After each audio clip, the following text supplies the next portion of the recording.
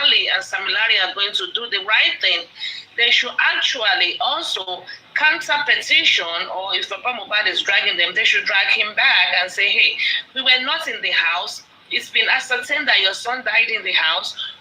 Your other son was there. Your brother-in-law was there.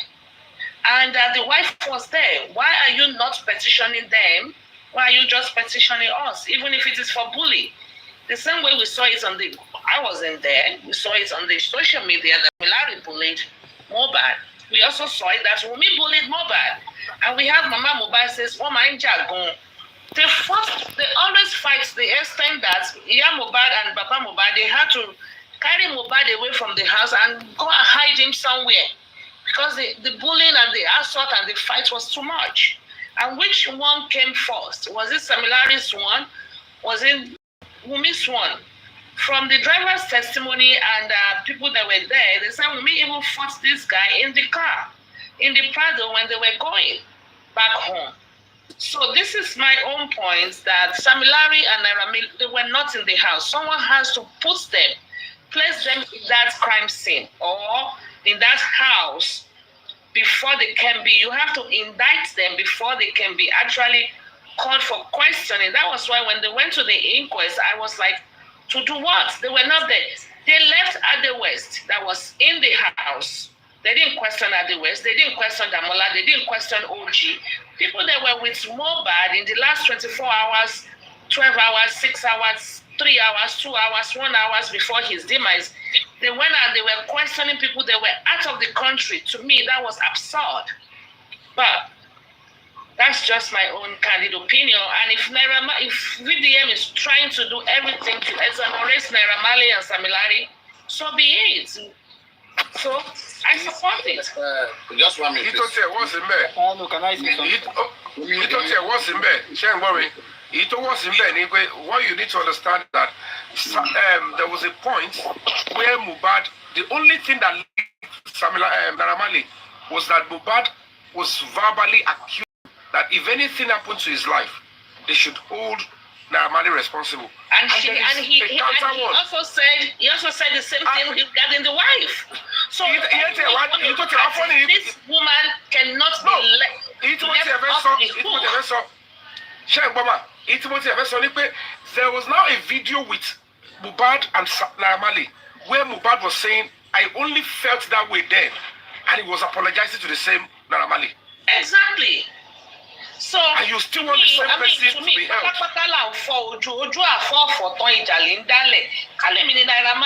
I will counter petition and say your other son was present when Mohbad died. Have you petitioned him? The wife was there. Have you petitioned him? I wasn't even in the country. What the heck? His petition is meant to be asking that they should be included as a suspect. Exactly. Saying, it's quite appalling. To me, this case is just it's crazy. I mean, that's my point. I think maybe what if Sam Larry and Naira Marley tried a counter petition against Mohbad? That's what I just said. That is exactly, and they need to file a petition. No, you can't because it's against. Wait. They need to also file. They need to also file it. They will. Don't worry. They will get there. They also need to file petition against Iyabo, who said, Naira Marley, Sam Larry. Okay, because you see, you have to come clean and you have to protect your name. If somebody is saying anything against you, you have to say, okay, this is me. Why are you screaming my name? You're spoiling my brand. We know that. I know that. But what I'm saying is that somebody, we have to place them. Okay, Naira Marley will run me. Naira Marley will leave you love. Wow.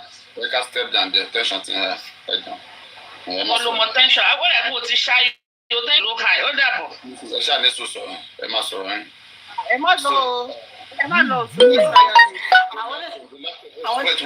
Wait, just wait 1 minute, please. Okay. For me, I'm not going to say that Sam Larry and Marley are innocent until we get to the end of this case. Because you mean for you, are they guilty of murder? Okay, that's one place I want to make my own point. All right. If I am the back family, if I'm anybody, I won't say anybody is innocent. In fact, I would just want anybody, any of those people who have bullied Mohbad, attacked Mohbad, mentally oppressed this guy, mentally killed him. Okay, though can't be proven, all right. But there was such intimidation, there was such threat of life. When they were threatening Mohbad, they were enjoying it, right? They knew.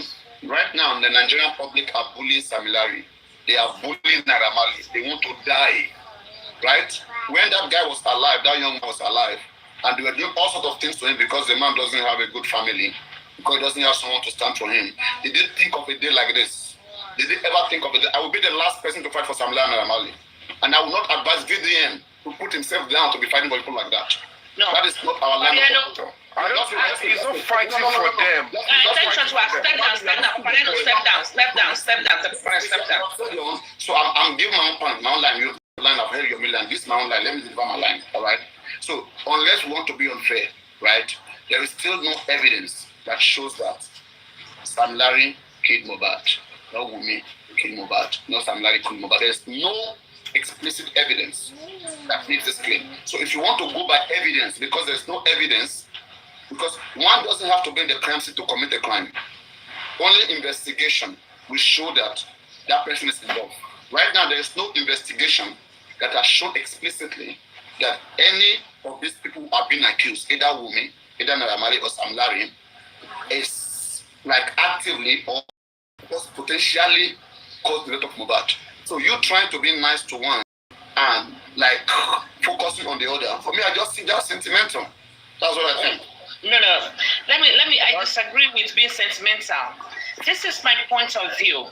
We have to do what they call process of elimination. Was Sam Larry within 72 hours of Mohbad's proximity? The check mark is no. Was Wunmi there? The check mark is yes. Was there 24 hours? Wunmi was there. Check. Sam Larry, Naira Marley, no. 12 hours. Hold on 1 second. Hold on 1 second, please. Go 1 second. Hold on. Being in crime scene is not. You have to. You first of all have to. What I expect both of you to say, so you work from. You work from the inside out. Someone has to place it and say that yes, you can be anywhere and commit a crime and sponsor a crime. You can outsource a crime. Someone has to say Naira Marley and Sam Larry sent us. Maybe the nurse has to say, okay, Naira Marley paid me. Okay, this is the evidence. This is the proof. The nurse exonerate Wunmi too, and both of them too. Nurse exonerate all of them. No.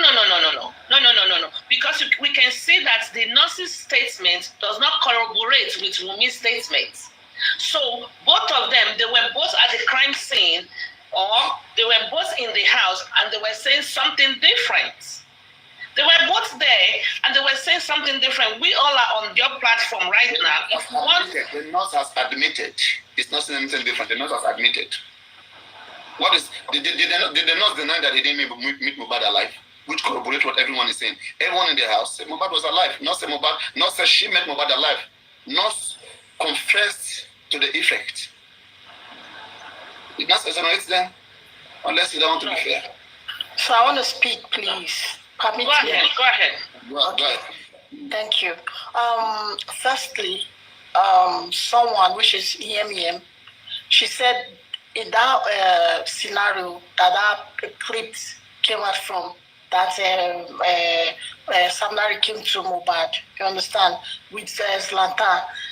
Nyam said that they still shot the video with the same shirt, the same everything, and the music is available. We are looking for the video. If anybody has it, let them post it. Yes, please bring her up. Her name is Nyam. I wrote it there. No, let them direct us where to get it. Nyam, the video that Mohbad shot that day when Sam Larry disrupted, nobody has seen that full video. If you have it, please post it. They said it's music video. You said the same dress, everything. Okay, let me check it. We send it to Paparino, right? Let me go check it. Paparino. I mean, let me just say something. According to what she said, that particular video she said, I've seen it too. There is a video shoot for that particular one, same clothes and same women and everything. You get. But what I'm trying to say is that, because I think what Ms. Supreme said before was, I mean, is Sam Larry and You can't say anything or where did you send it? Like in Sam Larry and Namali, are they guilty of the pie, which is no, because there is no concrete evidence against them. But are they guilty of bullying? Because this is 2 cases now, yeah. So are they guilty of bullying? So I would say yes, because there's a video evidence on that. But is it the bully that actually led to their pie, which is no? You understand? So what I'm now saying is that. I mean, the main reason for the interview in the first place, I don't really see anything, because we Nigerians, we know for a fact that is not Sam Larry or Namali, they were not present at the scene. You understand? So I don't really think there is any reason why even if he was going to interview anything, what I just feel is that he's just trying to he's just trying to make us feel like, okay, I didn't bully this person, and that was why we are going back and forth with that. You understand? Because my own point is interviewing this person just for the person to say that I didn't do it. And you have a video. I'm not talking about the particular video shoot. That day that I was sitting there. There are other events. Like, it's not once, it's not twice, it's not 3 times. Okay, fine. That day you didn't touch him, but you actually bullied him. But you don't have to physically slap somebody for you to, for them to feel bullied and all of that. Okay, fine, you didn't touch him that day, but how about the other events? How about other days that you touched him? So how come the interviewer can't show a video evidence that, okay, how about this day that he called your name, that you bullied him? Let the person you're interviewing defend himself in that. But he has all that, and he didn't really do anything. That was what I'm saying, that the whole interview is not clear to me. You understand? And I have right to my opinion. So, but when we not talk about what actually by him, that is another case entirely. That is where we start questioning the wife, the people around. But I'm just talking about him bringing Sam Larry and it not being questioned, because I know we all know how VDM does. Do you get what I mean? If he interviews somebody, there are a lot of important questions that you should ask, which he never asked that day. That's just my own point. So yeah. Yeah, I agree with you. But also what I'm saying is that even, let's leave the murder case alone. If you want to prosecute the bullying case, what I'm saying is that we also saw Wunmi bullied Mohbad. So if Naira Marley, Sam Larry are going down for bullying Mohbad, Wunmi also should go down for bullying Mohbad. We have video evidences. According to Paparino, can I ask you a question now, please? My own concern is that one video that was posted where Wunmi bullied Mohbad. We've had a lot of testimonies where they literally took Mohbad away from the house to go and hide him somewhere. Okay. Because of the constant fighting and bullying. Okay. Ms. Supreme, can I ask you a question according to what you just said now? Please. Right? Yes, please. Okay. Yes. Me and my partner, right, we actually having no misunderstanding that actually led to my partner, at the time, she was bullying me, right?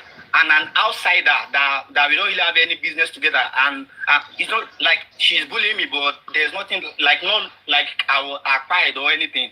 But she's bullied me, right? And another outsider still doing the same thing, like a man like me. Like, which one do you think have effect more? Like, which one do you think we should put more effect in more? Is it my wife or the one that an outsider is doing? All of them. Thank you. Oh, no, I'm not saying. But let me answer it in a better way. One of the things you should understand is, one, Sam Larry is not an outsider to Mohbad. I hope we all know that. Slantan, all of them, they are all inner caucus. They are all friends. Because I've been seeing the reason that people are saying Slantan took picture with Sam Larry after Mohbad died or before Mohbad died. They are all friends. But because Mohbad died does not mean that everybody will disassociate themselves with Naira Marley or Sam Larry. Okay? Regardless of who buy the person. That is what we are missing this things and being too sentimental. Because somebody died does not mean that, we suspended this person there. I'm not going to associate myself with that person anymore. Like you guys are saying, we do not have evidence. So why will I disassociate for Samilari just because they say, oh, he might be responsible for the death of Mohbad? Until it's proven he is innocent. That's number one. So we should not be saying, oh, they took pictures together. Oh, those ones are being sentimental. Number one. So don't say he is an outsider. In fact, they are closer. Because they traveled to Kenya together. There was a video where everybody was asked, Mohbad sang about Samilari, but Samilari Bamoe, something like that, because I think it was Mohbad's bouncer. I don't know what you guys call these people. They traveled few places together. Samilari kept saying, ask the wife, I love Mohbad. Ask the wife. So, even Prime Boy, you will see, Baba Mohbad said that's what she might John Shere Pani, and they fight all the time, and they will settle, they will settle, my G, blah, blah, blah. So the analogy of an outsider, I don't think is going to work. But yes, the wife is one who I will blame most, because if you're having stress at work, when you come to your place of abode, it's of Ibi is similar Yakoje. Ibi is similar Yakoje. You said what? My own concern concern what you said. I mean, my own concern about video. You don't agree with what I said. I said that, of course I agree with what you said. That is what I'm saying. Okay, for example, they said let's assume Samilari was at the show. Let us just assume that Samilari was at the show, and Samilari and Mohbad, they had a scuffle. One to share, one to go away. Was Wunmi supposed to be go to my lock, okay, Ashomolorun, go to my baja, go for Ashomolorun, they be chain Mohbad to Jani no moto. No, it be similar yaki no lieje. It's your place of rest. So you are having stress on your job. Let's assume Mohbad, that is his job. He's having stress with his boss. There's one for where me, they're stressing him at work. We all get stressed at work. But when you get home, you say, oh my God, home sweet home. But then you get home, this lady will not cook for you, stressing you, fighting you, to the extent that we saw it. Where Mohbad was telling the auntie, go to Berel, she might share me, if I walk on, to Berel. So this boy was stressed. So if they want to, if I am Samilari and they want to take me down on the angle of bully, I will drag the wife along. I will drag the wife along. There's one thing we are not seeing here. All right. A free conscience fears no accusation. If your hands are clean, nobody will tell you how to fight. Don't tell a blind man that it's raining. All right. Everybody fights, especially whenever they know that their hands are clean. Do me and you even know the reason why everything is roving around the nose today? It's because the real investigations was not done. And so everybody is now giving one or two excuses. Oh, me, I'm out. Or me, I'm out. If the true investigation is done, we may end up seeing that there exists a connection. And that connection that might exist is the reason why they too are not really fighting the way they should be fighting. Me and you with clear eyes. For the person accusing, did they establish it? Look at how quiet they are. Do you know how many things they have lost? They let their brand, everything slip, all because of what they never did. They are so quiet. Their quietness admits a lot. I'm not going to sit down here and say I'm preaching. Honey, 100% I agree with you. 110% I agree with you. Let me tell you something. I'm not going to allow anybody under this wall. Iyabo was doing. She will pay for it. It just they are on it. They are on it. You but know I that. will tell you, I promise you, who is saying they are on it? I think that person have an intel because they are on it. They are on it Push them. We will push them to do the right thing. They are on it. Everybody to do the right thing. And I know they are on it. I know they are on it. So lastly, before I conclude, okay? Remember that Sam Larry and Co were detained for 4 months too, right? No one is saying that. Nobody is saying that. Truly, they were accused of bullying. You know, they already served their jail term. So that's it. Everybody say bully. This bully happened several months ago before the burial of the guy. You know, the day of the burial, I remember Wunmi's face was so low. That was why a lot of us are still suspecting Wunmi. Probably she did it by mistake. That's Apollo period. That period is Apollo What period. Apollo? You don't know what's Apollo? Apollo is eyes, not Are Are you supporting Wumi?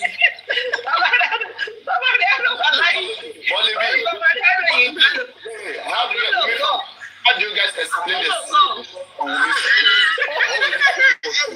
You said Apollo. You mean Ebola period?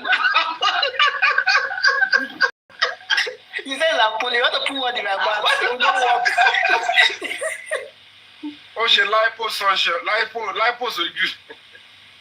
So probably she did that by mistake. She can't even explain. You don't have to scare. One for the last slap. Give me for the last one. Die. I just wish that if we can establish, maybe there is something Baba Mohbad, he switched from 12th to 11th, and like you said, the proper investigation of what truly happened. Mohbad was unalived, and the injection. Don't forget that the syringe. Are you listening? The syringe. They refused to present it. They allowed the used to have access to it because the test would have determined that who gave the nurse that, who injected him. Because if it is about Mohbad being injected and somebody broke his neck and the leg, who did? Does that has a connection with these people that Baba sort of by? Because it might be that asking that they should be retained in the whole stuff has nothing to do with the bully, but what actually happened on that day. But if that one about if you want to prove what, see any witness, and you go accuse one of anything, and bring witness, evidence, because of your own, it's not going to add up. You can't just, who are sat must prove. You want them to retain their names in a particular case when the case file is showing that they have no connection to it. How do you want the DPP to add them and win the case against them when there is no evidence? Your son is not even accusing them. The wife is not accusing them. They are just talking with some bloggers on TikTok that if I want to fight, I will fight that with the family supports me. When you were going to collect Eddie's award, did Baba follow you there? And you gave speech, did they support you? So if you can go and give speech on behalf of Mohbad, why can't you give speech and fight and say this is what they did to him? So about the sacrifice for you, about in conjunction. So I've also observed Cynthia, which is Wumi. Okay, I think it's Wumi, not Cynthia. I don't know, maybe Cynthia. I've also observed her. Okay, I feel like she has a trait of manipulation. Reason being. Only poor baguette. And also, Bible was also already over 27-year-old Bible. When you look at the Katikati, Iyabo talk Basunule. It's simple thing. Look at the Iyabo, the woman is aboard, and those. We are Africans. Can you write a movie story and say that a 27-year-old want to be buried, and the wife, who is 25-year-old, was collecting substance secretly in the burial stuff? One idea from the parish and those people that are officiating. One Jew, black, attention fufu. Which culture or tradition are they trying to promote? 27 years old, to teach a will delay. People look at it, and one show for you, if a basha, Tisha, you back get Abiamo, Lujomo Yuba, Toma Roku, Niamokuni, to them, I'll put shit about Shiba from Yami Gomi, Levesimo, Kinda Swasholu, personally, Masolay. No, Mr. Yami, can I mean by substance? Substance, can you mean substance then, so substance we are told to call it, but I'm going to package it. Package office black nylon, and they were throwing it. And she's saying that she's not saying that it's Bible. She threw in there.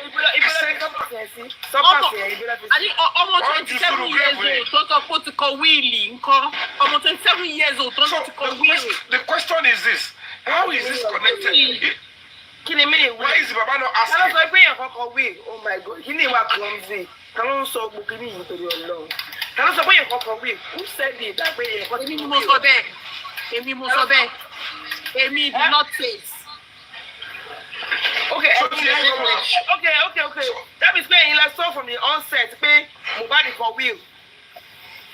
Ẹ̀yin lẹ sọ kókó wíìlì ẹ̀yin Wùmí ẹ̀yin lẹ sọ kókó wíìlì. So ẹgbẹ́jáde bá torí Ọlọ́run ẹgbẹ́jáde náà evidence là ń wà. Ìyẹn tí ẹ̀kọ́ lè sọ èyí tó mi sọ nípa everybody fojú rẹ̀ ẹ̀ka fọwọ́ John, you may get for continue. You may continue, please. For a week, let me John. So the real. So when I look at all those stuff, I'm only pretty concerned. And when the elder brother contacted me, the question I said, ask her this: why would you do? We are all trying to live a better society. Because me, like you should be from Okorimi. I might be to your law. This is my first time actually.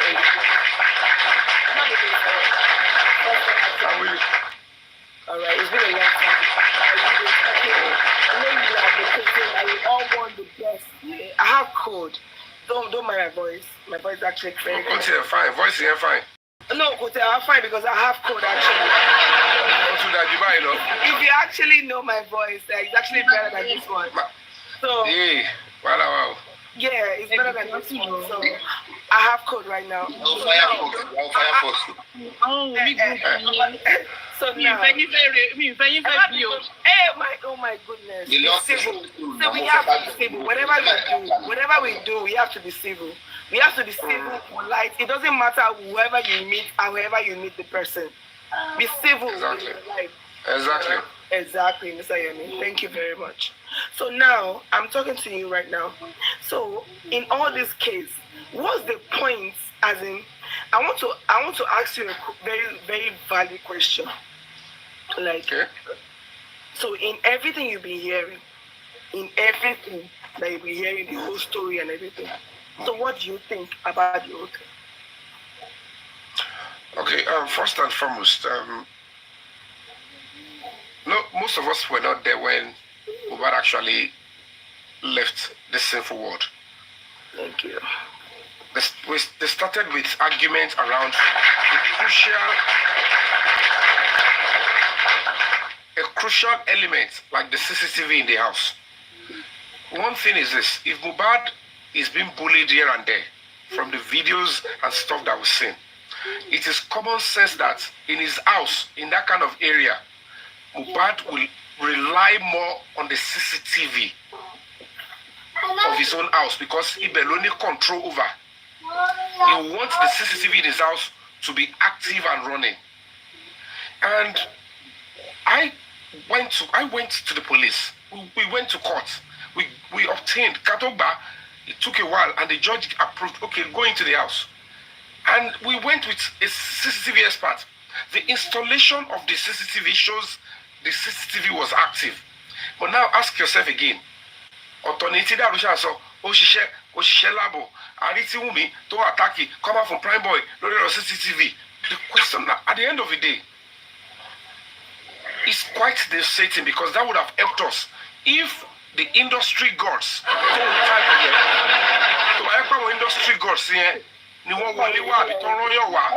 are you with me?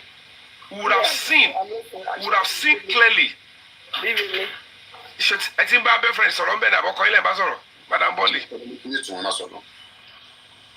So you would have seen clearly that what happened to the young guy and his homicide would have been resolved. Oh yeah, Paparino, why did you mute me? Is it you that mute? I'm sorry, Uncle Yami.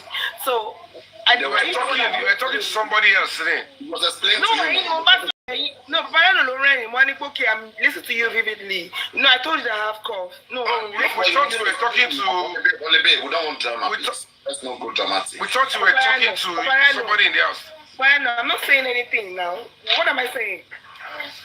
You muted me. I was saying something. I answered that. Okay. It's okay. It's okay. Don't. I can sweat the small stuff. Yeah. So basically, it becomes a serious cause for concern because up until the time that the narratives began to change and tilt towards, it was actually people that were inside. Because anybody in his or her mind, anybody.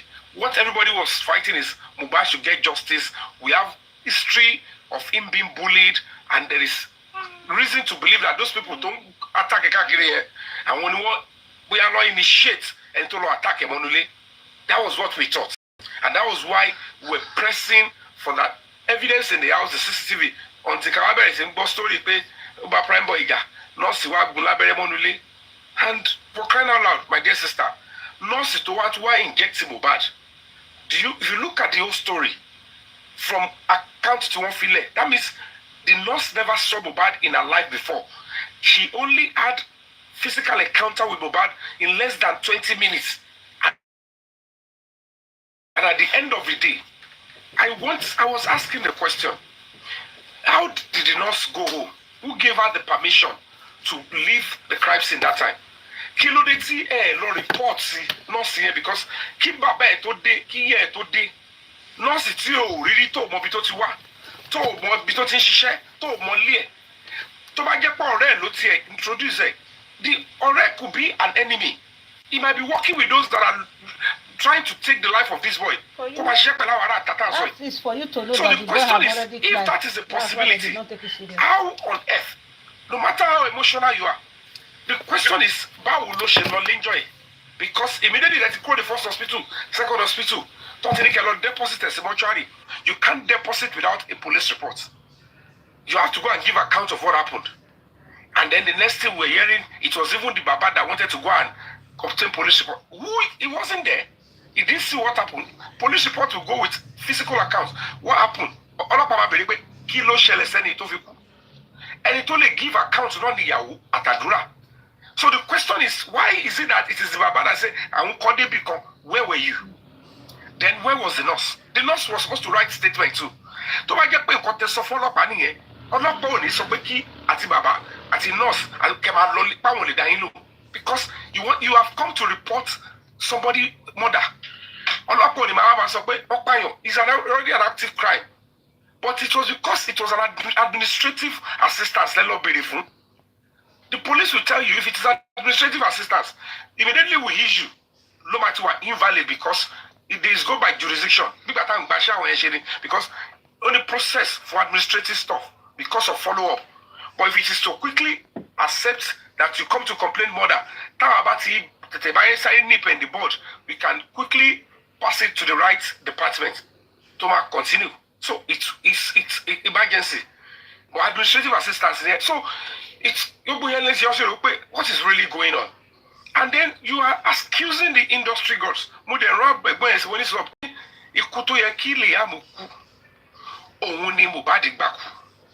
What is the meaning of that again?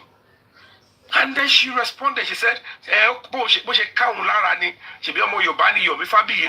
say you bá sọ pé nítorí pé èèyàn kan gbélé àmù ṣépè òun wá sọ pé ikú tó yẹ kí Mohbad gbà kú òun ni it's not hard enough. And I'm like, look at what you are doing. Lè bàlú ìjẹ́ lè lọ wọ́ lè wú òkú over 27 years. Mr. Yomi. I can say. Mr. Yomi. Ó ń dá ilé ọ̀sà. Please, ẹ má bínú ẹ sọ kankan bẹ́ẹ̀ lè ń fẹ́ rí ẹ nígbà tí wọ́n dé tí wọ́n jẹ́ kí nurse lọ, how do they allow the nurse go? Fine, that is a valid question.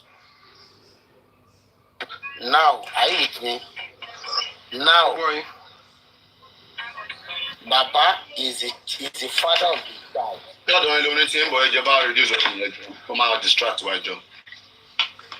is the father of the child. The boy.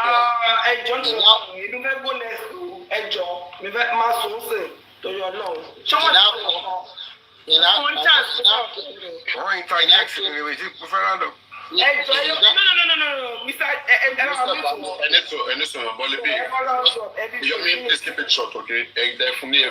Down for short. I'm finished, no. Before I talk, he has to finish. So finish, I'm listening. Finish. I'll time. No matter, don't worry. If you go time, so sequence in it. Yeah. It's a sequence, you have to explain it. Let's keep it short. I'm keeping it short. But the bossy point be met as a Mary. Within 31 to 2 minutes. Mine to interject me, look at the go back line of thought here. So the point is this. Now that the nurse went away without no reasonable account of Imbulo. How? Ibulungbe, Imbulu Swashishe. And at the end of the day, the body was taken to Ikorodu and the burial. We saw what happened at the burial. And Uri movement, pushing no Banko on our way to the. The question is, if Mohbad is a Christian, and I ask another thing to work, Glenn, talk about the same Mokuto Mohbad in link to Shele. Kilo Shele, why were you throwing stuff in the grave? Could make any sense. Even in a real sense, Agbalagba, Omo Yabeje, the first parents, Omo Yabeta Meriwaru, Keo Commander Son Cosibe. At Monton Shele, campus was see Ashofufu, and then something in the black nylon. And then you told me is Bible. Those ones might not be presentable in court of law or telepresented because of these signs and movements are reasons to believe that any level Kawa see the homicide confession that was received via Adura. The fact remains that Adura was there when throughout with Mohbad. Damola, who the later stage was one of those that took Mohbad's body to the two hospitals and returned the body back instead of to the mortuary and report to the police. Now, the question now is this.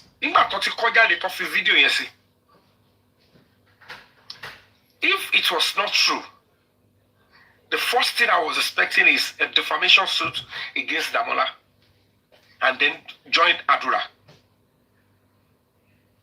Nothing happened in that area. And this same girl went on national TV to say, she said, apart from me being a misogynist, that they said I should come and see the full video, the police command. Whether you were mentioned or not, you could be involved. Anybody could be involved. Your son will still ask the question, what happened to my father? You will not, you won't go on national TV to insult your son. Don't mind, I want to know what took my father's life. You won't tell him you dare not.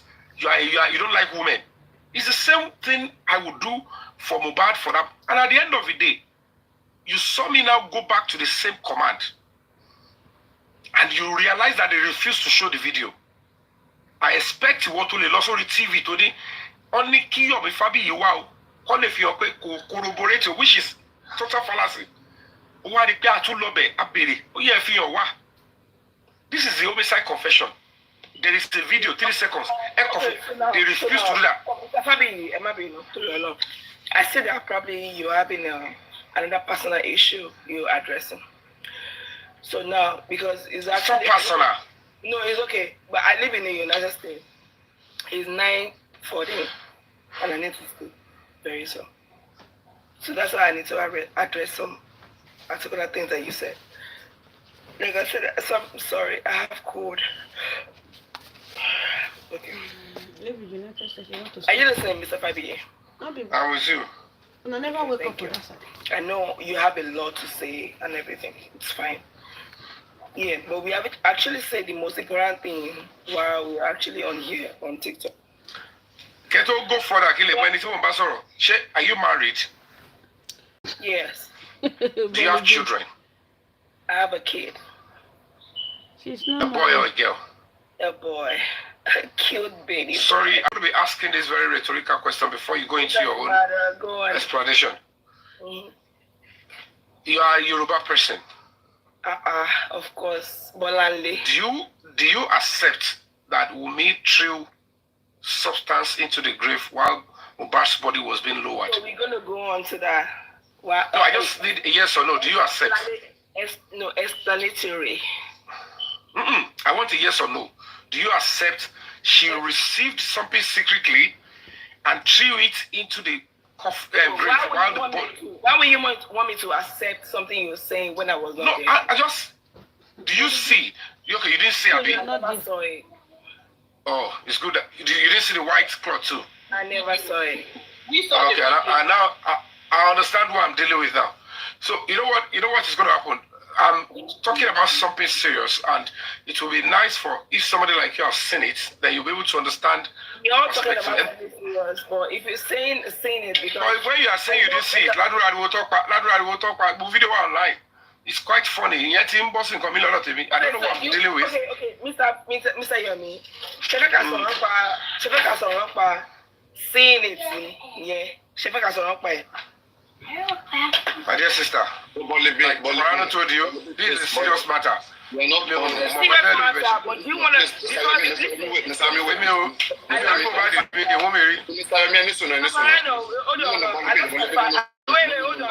No, please. When you did this area... No, I don't want to go. No, please. No. Come back later. Next person. Paparino. Guys, look at it. Please, guys, look at it. Okay. Everybody who is been in this for a very long time, we're all aware that we make through something in Mohbad grave. And as I'm blessing as well through something. That's Mohbad's sister. Right? And she too, she's aware. I don't know where she's driving at, but her not being honest, we can't have an honest conversation with someone in front of everybody. I don't know where you're going with that. That's not what came about. He but said she's not being honest. We cannot have. Mr. Yomi was asking her to say yes or no. She now say, let me put this question to you. Are you aware that you went through something about grade? Is that what came about? Are you aware or you're not aware? that is not what killed him. That's not the question. Are you aware we went through something in or not? Simple. Everybody is aware. But that's fair enough. Simple. You are aware. I mean, then we can move on. Simple. But she said she's still coming there without. No, it's not coming there. Why? Don't stress me. I don't want to stress my brain, please. I don't like to stress myself. If we cannot understand on things that are obvious, if we cannot agree on things that are obvious, let me go to how can we talk about things that are like abstract? We're about going to abstract stuff. Please don't do that. Let me go to Don't agree to it. I just want to answer me some questions. I want him to answer me. I mean, you said, please. He said the nurse, why did they allow the nurse to go? Which is accept that why? In what purpose? But the question I want to ask now, as Baba, as an elderly person, the father of all the children that did that sin at that night, maybe Tuesday night, I don't know when it comes there. Did they ask about what happened to his son or no? Did they explain to him that nurse inject him, yes or no? What action did he take at that point? Very good question. He was told that his son engaged in a fight with a friend, and what he made there, the dead body, was as a result of what happened. And following that, the family had the meeting, a short meeting, like the police said. Police said the family had a short meeting, and then they proceed to burial. So what do you want? Is that what killed Mohbad? What do you want to bring from there? Let me quickly answer because he asked me, Mr. Joseph. Yeah. I want you to listen to me with open mind. According to the CTC or the doctor's appearance, he said by 4:30, the 35 Mohbad dead at the second hospital. Give and take, before they give them the doctor's report, it's going to be like 5 o'clock or thereabouts, or even past 5. Please, when you are narrating, please let us know the day you are talking about. You just say 4:30. When? Which day? On the day they took Mohbad's body to the hospital. Just Tuesday. On Tuesday. So now, and as at that time, they've notified Baba, and he was already on his way as at 4:30. Now, give and take, 6 o'clock, they left Perez Hospital. Before they go into that express, enter Orchard Road, because they claim they have traffic. So that means the same traffic will still be there. Before they will get into my house, give and take, about Diku, put it to 7:30 or 8 p.m. And then before Baba could even arrive, there was already an embalmment. And the owner of the house was already kept under the staircase. Ask yourself, Mr. Joseph, if they had already embalmed Mohbad before the Baba come, the owner of the child,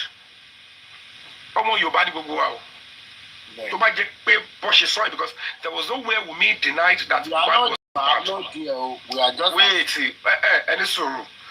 You know, when Baba was asserting that my son was embalmed, so when they sued Darusha Sibe, there was nothing to say that Mohbad was not embalmed. And they asked her even in the at the coroner inquest, she never said Mohbad was embalmed. Ask yourself this question. Me say outside Lagos. You told my son died. And I'm coming to see. Kilo shomo me. Make it make sense. Namutin. Do you know that?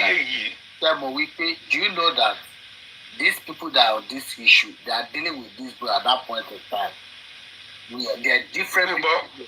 Everything. There are different people with a different idea that is coming at the point in time. Which this one will come to advise, this one will come to advise, this one. My dear brother, my dear brother, any attempt not to put report to the police, put it. I will just make at that time, Mr. Joseph, let's keep yourself. She me trust in us here. No, she went into the next process before the father could arrive. You trust the nurse that much and believe that it was just in medical negligence. That nurse could have been another agent that was. Don't you take it in this way that at that point in time where there's a lot of people, lot of people. Social media. But it's quite sad though. Do you think Mumi Boy can supersede everybody that is there?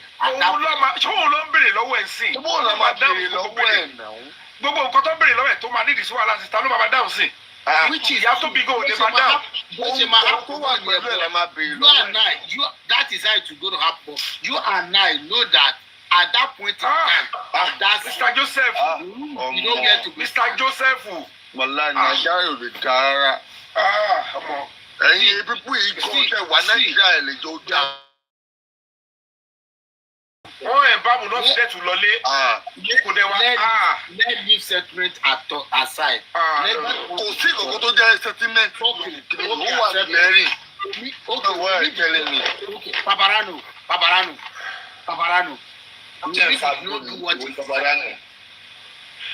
Okay. Wumi did not do what is right at that point in time. Now Baba has come as a father. He has taken charge. Because immediately Baba arrived, in that 10 o'clock, 11 o'clock, 12 o'clock, he has taken charge of everything that is happened here. What step did he take? Charge you Baba taking there. Baba Mohbad. Charge you now. This is the question I'm asking now. Because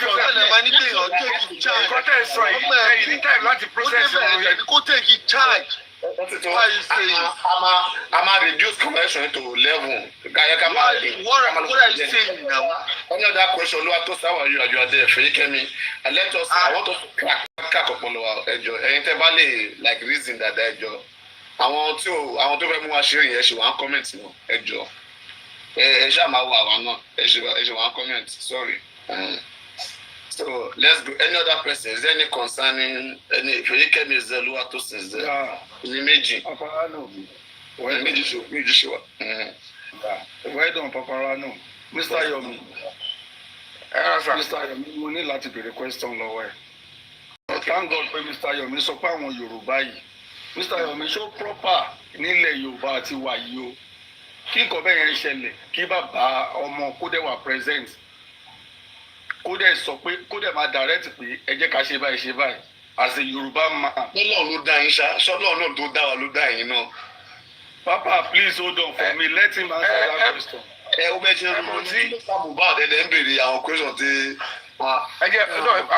It's a good question. The point is this. Ṣé ń gbọ́dọ̀ bí? Tí when you are giving such a bad news, when you get there, especially when sorry phone will make sense.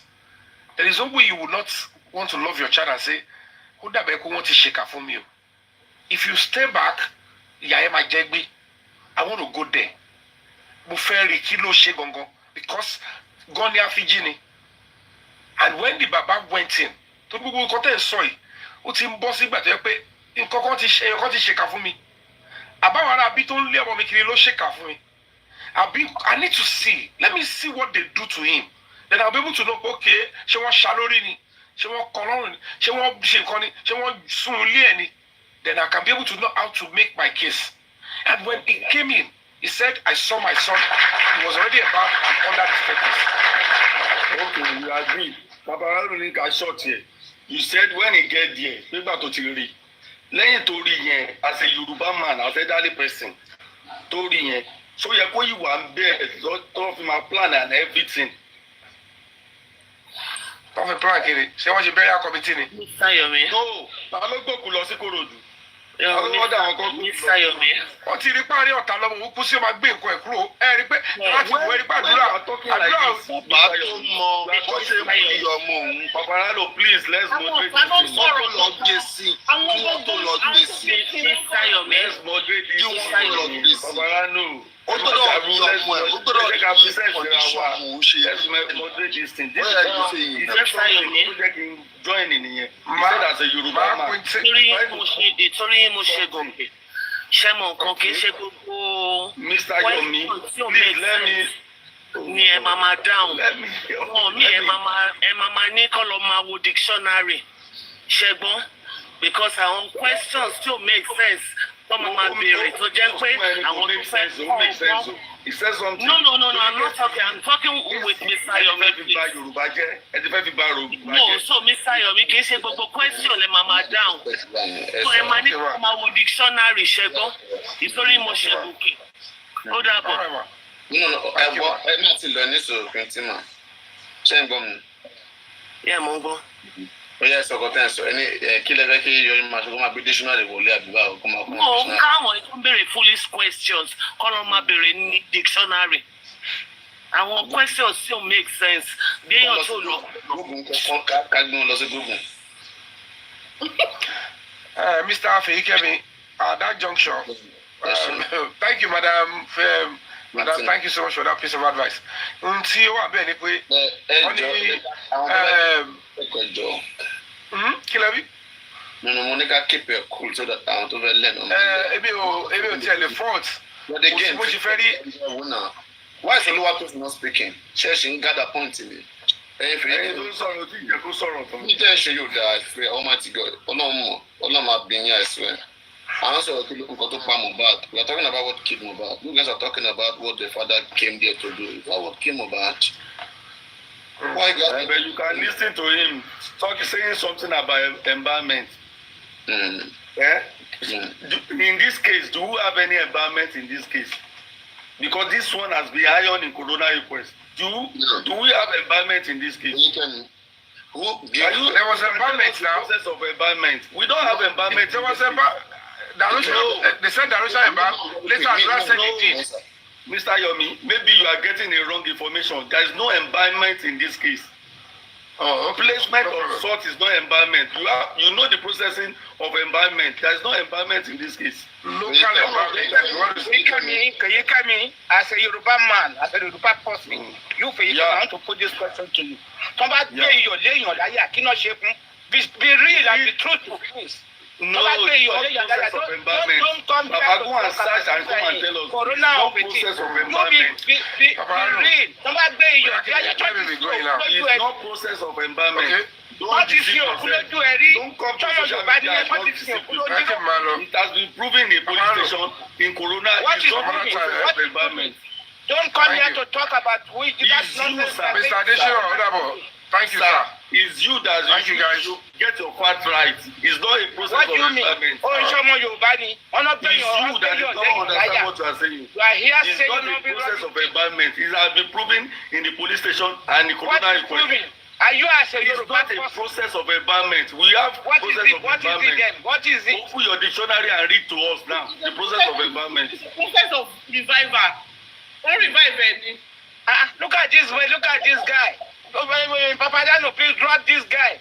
If you drop me, What is he saying? As a Yoruba person, you come here and say nothing. I am dropping what next? Then let us continue with meaningful something. All right, but we still have them here. We still have some of them. We have one beside Let them yes, if they want to talk sense, let us put sense. Yeah, Oluwatosi on mute. Oluwatosi. Oluwatosi.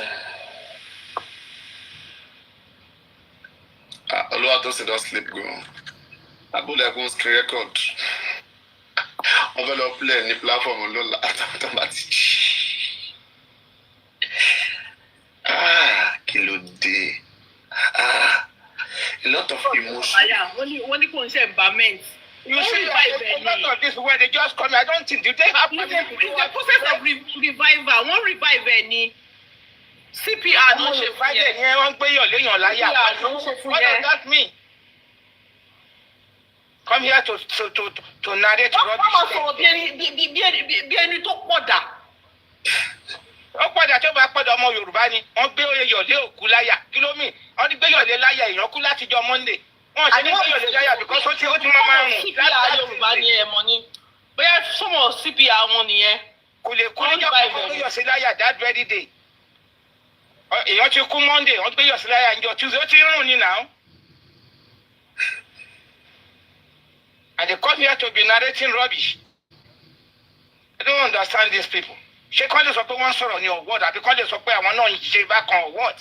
I just don't understand these people. Wọ́n pọ̀dà ni wọ́n pọ̀dà.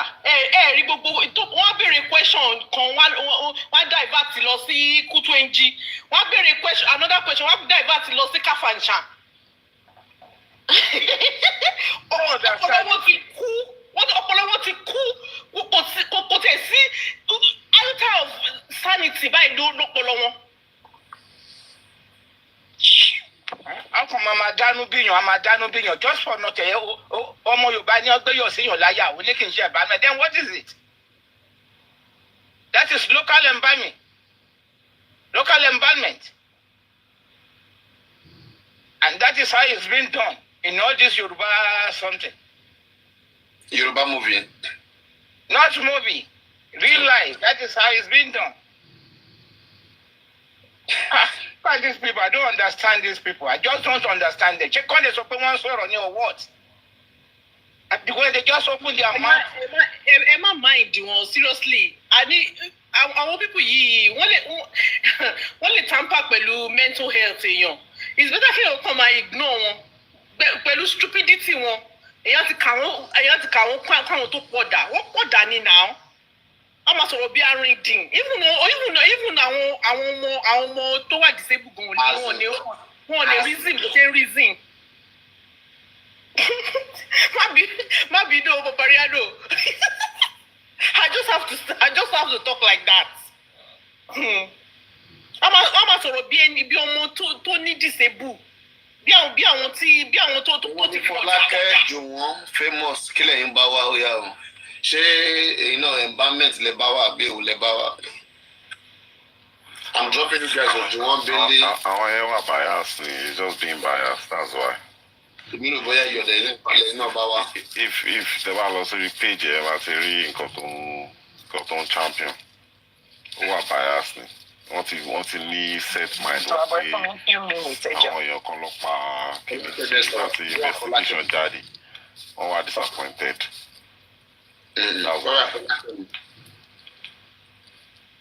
Fọlákẹ́mi, are you ready? Famous Lega. Famous Lega, are you there? Or let me drop it. Okay, let me drop it. Is there only one style of empowerment? There's no traditional empowerment. Traditional empowerment is different type of empowerment. Oh, there's a rubbish. But Lebe, you're not sleeping. You're not talking here tonight. Don't sleep, but Lebe, you were not honest. Mr. Yomi asked you a simple question and honest. A simple that require an honest answer. You refuse to be honest. You cannot have an honest. She's talking from a place of bias. They're just biased. Mad. I mean, that's not what came about. Simple question. That's because you don't want to be honest. Just go sleep, bro. They're asking what came over. They're talking about what happened after he died. How does that matter? Well, like distraction. They want to take you away from the real point. One of them is left there. I don't know what is gathering. If Soluato says there is one of them is possessing his own Christians. I don't know. People are mad. So like I said, Freddy Kemi, when we talk about embalmment simply means preservation, right? When you place salt on a dead body, spices like on a dead body, it's just a process of preserving that body. If you don't want to use the word embalmment, how about the word preservation? We can use that one, right? Why were they preserving Mohbad? From what? From rotting. Since when did he die that they had to preserve him? And is house the right place to preserve a dead body? How is your people acting like they are still in the olden days? They were told to take the body to a morgue. They instead chose to take it home and put salt. Is that not tampering with the dead body? That's tampering. Is that how it's done in the UK or in the country you live? That's tampering. That's tampering, you know. And that's the truth. His body was tampered with.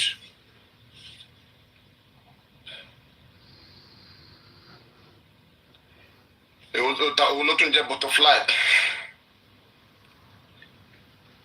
All this supply.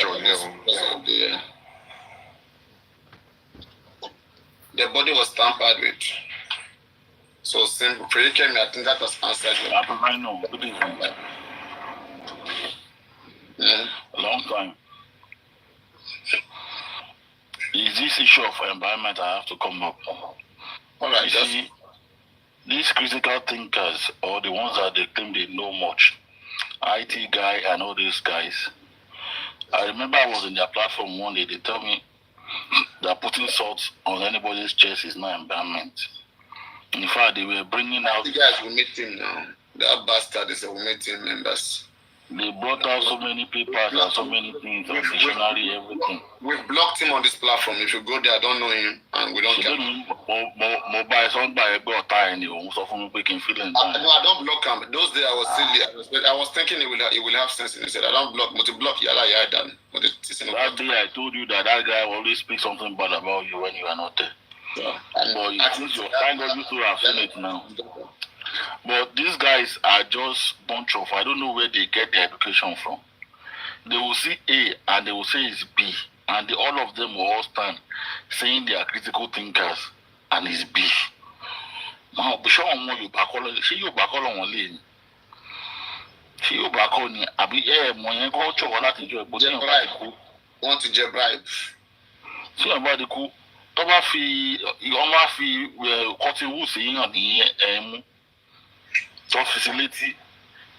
Tó fi sí ní ẹnu. Tó dẹ̀ gbé yọ̀ sí lórí àyà. Kí ni kí wọ́n pè yẹn? Àwọn lè má sọ pé kò ṣe environment o. Mo kì í mú wá ní kí lọ́wọ́ pè. Preservation is environment. It's just that there are different methods. It's all environment. Yeah. I told them the way it's done in the east, the way it's done in the north, the way it's done in the west, but why are the people now trying to argue? And anytime they want to argue in favor of something, they always come together and gang up and say, let's call a medical doctor, say, tampering with evidence. You know me there to be at least bí a thinking meeting looking ra fún wọn lẹ́ni bí a kì í kó apàdà sí school mi jẹ́ kí n lọ kàwé sí ni. These people will just mess you up as if you don't know what you are saying. Empress is concluding. Sorry today. Paparino, tell me about my son kankan ṣe ń gbọ́. Tí ó kù bá kú. That's what you do now. Few hours tó kù bá kú. Wọ́n máa ń gbé yọ̀ sí lórí. Kí ni rí sọ́lẹ̀ ṣe ń gbé yọ̀ sí lórí pé wọ́n ò fẹ́ kó wú? so kò ṣe pé wọ́n ṣe ní ṣe environment wọ́n sì máa ṣe environment but wọ́n máa kọ́kọ́ gbé yọ̀ yẹn sí lórí kó má bàa wú kò tó bá ti ń wú yẹn tí wọ́n bá ṣọ́ra kò ní pẹ́ máa rùn. Exactly preservation ni so preservation wọ́n yìí máa padà ṣe environment. Kí ni wọ́n between preservation and environment? You know what? No, Paparino, this environment of within their if you want to see the real environment, the real one, how much in the hospital, how much inject chemicals. And at times, one inject chemicals. One could go in phone, one could jate. Okuye, one could go in phone, go nowhere. I have said a lot. Yes, sir. If you have a question tí mo fẹ́ dẹ́fẹ̀ẹ́ béèrè òun ni pé nígbà tí mo tó ṣaláìsí yẹn wá ìtọ́jà pé nǹkan tó sẹ́ǹtì síta fún wa òun ni pé wọ́n pa ni wọn ò nárétì pé nọ́ọ̀sì gun lábẹ́rẹ́ ó sì ṣe àwọn ṣẹ̀ṣẹ̀ lọ ro gbogbo yẹn ni wọn ò nárétì yẹn fún wa fún gbogbo public mò ń sọ o. Yes, wọ́n ṣẹ̀ṣẹ̀ lọ ro. How many months? Wọ́n ṣẹ̀ṣẹ̀ gbé nọ́ọ̀sì jáde. What they told us was they were enjoying lying about the situation. That was what they narrated to the public. And that was what the public acted on. So the Apølóløg kò mọ̀ bá dì. Ẹ wá mọ ètò gẹ̀ẹ́n ti pa. Ó tẹ̀lé ṣíṣọ́. Do you understand? That was what the public acted on. Because even the mother herself said this that Naamali àti Sam Larry ló pọ̀ mọ́ òun. Ìwọ̀n tó ní kó wá sọ jáde nìyẹn. So that was what was in the public. Nǹkan tẹ́lẹ̀ bọ̀ dẹ́ gbọ́ nìyẹn. So it was later that ìṣòwò ń gbọ́ pé ó lọ ṣèṣe ohun àtẹni báyìí já ó gíláàsì gun àbí kò gun àbí kankan wọ́n fún lábẹ́rẹ́ abẹ́rẹ́ lórí àtìsí. And I thought that was to be the first thing to kẹ́kọ̀ọ́ bí jáde pé ó sì kú fẹ́rẹ́fẹ́ o wọ́n fún lábẹ́rẹ́ o. Do you understand? So ibi tẹ́mi ti ń rí i pé kìíní yẹn wà straight forward nìyẹn. Because mo expect pé ó yẹ kẹ́kọ̀ọ́ sọ fún wa pé òkè nǹkan bábà ló ṣe o but àwọn tó ń búlì ẹ̀ náà wọ́n ń búlì ẹ̀ o ó possible kò result sí depression. So tẹ́ bá sọ bẹ́ẹ̀ ọ̀rọ̀ ọ̀tọ̀ ni but tẹ́ bá ń claim pé àwọn èèyàn ló pa nǹkan tẹ́ gbé start fún everybody nìyẹn. A lot of things, a lot of narratives no bring that. So now nísìnyí ẹ ti wá rí i pé tí Naamali bá lọ tó bá sùn Iyabo tí Naamali bá sùn Iyabo wo ìwà yẹn sìn ẹ máa rí i pé gbogbo tension ẹ máa tún wálẹ̀ gbogbo ariwo tó ń pa ẹ máa wálẹ̀. We say Quintina said that onye kan lọ máa béèrè lọ́wọ́ Google nísìn èmi tún lọ béèrè lọ́wọ́ Google mo fẹ́ ka bó ṣe jẹ́ fún wọn ọ̀rá ẹgbọ́n bó ṣe jẹ́ lélẹ̀ ṣe nǹkan tí Google bá wa sọ ń sìn ni pé wọ́n ní mo ní difference between preservation and embalming. Only embalming is a specific method of preservation that involves treating a deceased body with chemicals. In the past, spices, salt, depend on the culture. Oh, in the past. In the past, yes.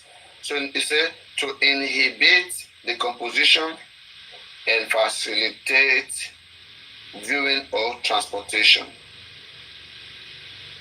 Preservation, on the other hand, is a broader term encompassing any method used to maintain a body. You see, any method used to maintain a body, including embalming, cold storage, or other techniques. So preservation is the broader term. You can even preserve a fish. You see? So you preserve kí la ṣe rí ẹja ṣáwá for years. Wọ́n máa gbé sínú ilé for years. Ẹja ṣáwá gbígbẹ yẹn. Tó dẹ̀ yìí máa gan pa síbẹ̀. I think it's the choice of word. Bóyá preserve ló yẹ ká pè ó. Nígbà tí preserve ní Yorùbá. Kí ni wọ́n ìdílé preserve? Wọ́n tọ́jú nǹkan kó má bàjẹ́ ní náà. In other words, gbọ́n kan tí Paparino kalẹ̀ kan, wọ́n ní in other words, wípé èèyàn lè pè ní preservation. Bá fẹ́ wà specific yìí sí pé preserve ló preserve. So kí ni Yorùbá meaning preserve? Torí ẹlòmíì understand. Torí Yorùbá tí bàbá ní wọ́n ẹ̀ bá àmọ́ mọ́ everybody understand the meaning tí bàbá context tí bàbá ń sọ but wọ́n wèrè yìí critical thinkers àwọn pera wọn ọmọ àwọn fẹ́ twist ọ̀rọ̀ using Google and using all these things ọlọ́run ló ṣe pé Paparino gan ti ó ti. Even Google kan ti sọ na it's just a mean of preserving something. So they are now saying that what they have done is empowerment. It's not empowerment. People say empowerment law ni Arusha ṣe. Preservation ló ṣe. Okay, I'm not killing you about preservation. Killing you about preservation.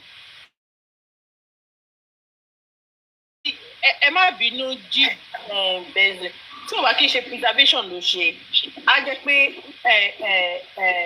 CPR náà ṣe fún gbà yẹn. Ṣé ilé ìjọba ti fẹ́ parọ́? Táwọn wèrè bá ti fẹ́ parọ́ ló máa ń twist ọ̀rọ̀ tó máa ń wò ókè. Nǹkan tí bàbá sọ yẹn is wrong pé environment tó lò yẹn ó wrong. Àwa dẹ̀ ni Yorùbá mọ context tó ti ń lò. Yorùbá nǹkan tí bàbá sọ náà pé wọ́n ti preserve ọmọ. Wọ́n ti preserve ọmọ òun sábẹ́ step ló ń sọ. Regardless pé bàbá lo environment or no environment. Nǹkan tí bàbá sọ pé èèyàn kan ti lọ preserve ọmọ òun sábẹ́ step. Ẹ wo comment section. Kálíkì àbáyé nǹkan ti gbá ẹ̀kọ́ ní petition àbáyé nǹkan lọ slow gbogbo oṣù tó ń ṣe gbogbo ẹni tó ń ràn ní ìwò. Èmi máa wà ní ìsọmọ àwọn comment section àwọn ọmọ yìí. Àwọn bókun something yẹn. Paparino, you call them. Ọ̀tẹ̀ mi kọ́ ní bẹ́ẹ̀ ni pé tó bá fẹ́ argue tó bá fẹ́ save wọn. They will twist the word and they will say they know more. All these people they are running their mouth now, they are your products. You brought them. Mr. Adesina, wọ́n ti pé Paparino ní illiterate lójú mi rí. Ẹ̀ńtọ́ yẹ pé bí náà ti Paparino ní illiterate. These critical thinkers they call themselves. IT guy especially. Richie. These are people you brought. Richie. IT guy. More. And this chairman of the chairman, same thing. Richie still around. Richie no man, sometimes always there. Richie is not one. You know what they are saying. No, trouble you are calling. Richie okay, Richie Jack. I mean Jack. Jack. You're not in that.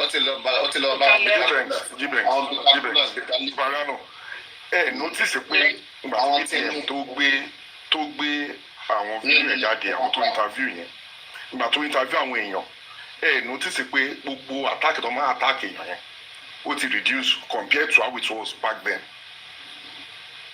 Fídíò tí fídíò yẹn tó ṣe interview àwọn èèyàn yẹn ó jẹ́ kí àwọn fúnra wọn ti wá rí pé kíní kò rí báwọn ṣe rò ó mọ́. Do you understand? Wọ́n ti gbogbo support tó ń parí tẹ́lẹ̀ gbàgbọ́ kan godmother kò rí bẹ́ẹ̀ mọ́.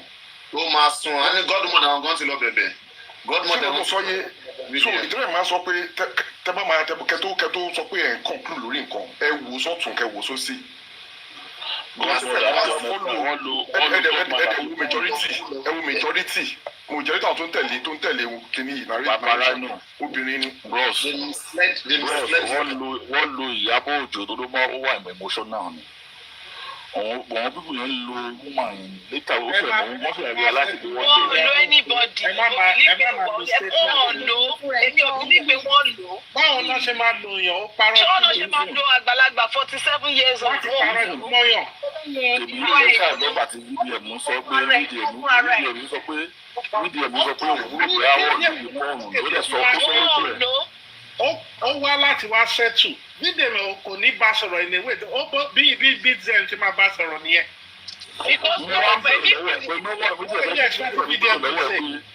Ìgbà kan tí Mohbad kú yẹn ṣé wọ́n sọ fún pa gbogbo ẹ̀wọ̀n nọ́ọ̀sì ọdún nọ́ọ̀sì ni. Ṣé nọ́ọ̀sì ń lábẹ́rẹ́ ni o àbí ó lọ pàtí kan ni o. He was after Naira Marley. Naira Marley ló wà after. God bless you. Torí Naira Marley ṣẹ̀ṣẹ̀ nǹkan tó ṣe yẹn. Ẹjọ́ ẹ̀kún ló wà after. Ìgbà tó dẹ̀ gbọ́ owó ọbẹ̀ yẹn ó wá jáde kó wá sẹ̀wá máa bú Naira Marley sàbó wá ní ẹja ṣe bẹ̀rẹ̀. Ó máa ń wọ opportunity. God bless you. Nǹkan tó ṣẹlẹ̀ nìyẹn sọ wọ́n lò ó gangan ló ìwà inú ẹ̀ ló ṣó lọ́jọ́ yìí. Situation. Tó sáko ẹgbà yẹn kò bá jẹ lọ́nà. VDM lè dúkà. Ẹ mọ̀ pé rí nǹkan mi ṣe ń wò bí wọ́n lọ àpọ̀n ni. Pé ṣé wọ́n sọ fún mi. Wọ́n lò. It's just like you don't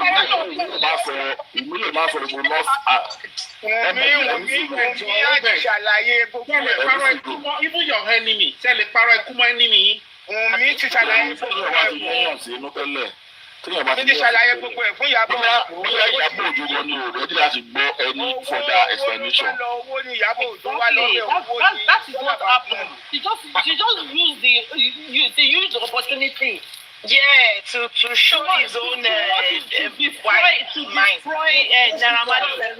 They are very wicked. Very wicked.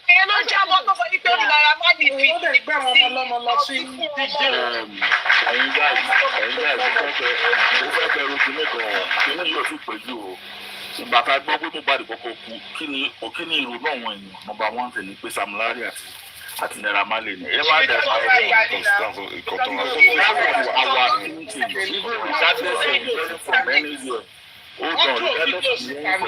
They knew what they did. Everybody thinks from Naira Marley or Sam Larry. Yes. Even Emi go, I was like, ti bá mú ọ̀bọ̀ Sam Larry. Everybody hated them. That was only the Baba Mohbad gan what has that boy done to him? Now she's possession. I want to watch possession. Ẹ má gbàgbé wọ́n ṣe possession tí gbogbo wọn yóò aṣọ tọ́wọ́ èèyàn kọ Sam Larry you are dead ní kò sáṣọ o. Ní ìfẹ́ kẹ́ má gbàgbé kí ni o. Tó bá yẹ pé Sam Larry wà nobody wrote it on the shirt that nurse you are going. Bẹ́ẹ̀ni, káwọn ti mú ọkọ wọn yẹn. Believe wọ́n mọ̀ wípé Sam Larry ní so much to say. Ó fẹ́ kí Nàìjíríà wọ́n bọ̀ ń pa. So that there won't be truth. Truth won't come out. That is what I'm saying, that they must have used Iyabo Ojo then. That's what I'm saying, that they must have used it as a form. Because she too was just thinking, so your point right. Iyabo Ojo is not to prove that. Iyabo Badi náà, nǹkan tó ń sọ ni pé Sam Larry ló pọ̀ mọ́ mi. Naira Marley ló pọ̀ mọ́ mi. Wọ́n brainwash ẹ̀ ni. Nǹkan tó ń throw síta nìyẹn náà. They brainwash Iya Mohbad. Ìgbà tí sẹ́nitọ̀ lọ kí wọ́n lé. Tí sẹ́nitọ̀ lọ kí wọ́n lé. Tí àwọn ṣé gọ́ọ̀nà gbígbẹ́ ti lọ kí wọ́n lé. Narration tó yìí sọ nìyẹn o. Èèyàn kún sí ìyẹn dẹ̀ délé nínú ilé ìyàwó sọ wípé èèyàn kọ́kọ́ wá. So why don't you my brainwash yìí pé okay èèyàn kan ló pa? The first question I will ask ni pé ṣé ni ẹ̀ṣẹ̀ kúrò ń bíbá yìí ni? Ṣé ó yẹ wá pa ni? Kò sí nínú ilé. Jẹ́ ṣé ìsọfúnwẹ́ yes. Mo believe pé wọ́n ní kò bí ẹ̀bùn ṣe kọ́ fún mi bọ́ọ̀dì bí wọ́n lè gbé padà sókè ni. Kò sí ò bá ṣe bẹ́ẹ̀ why don't you wà lábẹ́ ẹsẹ̀ tí wọ́n ṣe that's supposed to be on the coffee on injection. Ṣé abẹ́ step náà ti fún mi? Wọ́n ti gbé lọ sí hospital. Gbogbo wa la wà ti gbé lọ la ní sọ̀tì ọ̀rọ̀ yìí. Ní parọ́ fún mi. Most nínú wa a máa wà emotionally driven. A máa wà emotionally driven. Wọ́n fẹ́ lọ mọ́tò òun ò lè gbé wọn. Wọ́n tẹ̀ láti start mọ́tò Mohbad post. So how did they take him out? They were looking for somebody. Let me say something, please. Let me say something. Some of us that know Mohbad, it's not everybody that knows Mohbad. Mohbad was not a kind of A-class singer. Some of us that know Mohbad that knows the story. Hold on. Some of us that know Mohbad that knows the story. Nipa Sam Larry or Naira Marley, when they were having issues to finish this on when we heard that he died, all of us, our thinking of was everybody went back to when Sam Larry thinking that was frustrating him. What you saw on the internet. When he died, the narrative that he put out. That was everybody. Because his wife writes something like that on the internet, it's not you don't believe. Even without the wife writing in the internet, that was everybody believed that. No. Because of the write-ups. It's because of the write-up. I will say that. Okay, the because of the write-up. That is the write-up also points to that direction. Because at first we thought it was an accident. Then I was even afraid then because what if I join Naira Marley don't die? Of a journey, the point also around here. Because Hello, one in Nigeria. Hello, one in Nigeria. No, because someone hates Naira Marley. Point. táwọn èèyàn kọ́kọ́ Everybody know what blacklist the music is. When they come out for only a more. Yes, It was Wunmi that misled the country. It was Ms. Wunmi.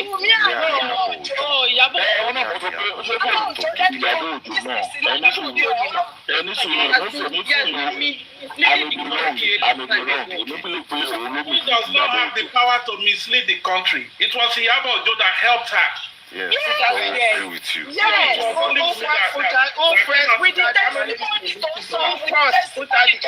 wife. Yeah, let for money or no less because it not for money. Yeah.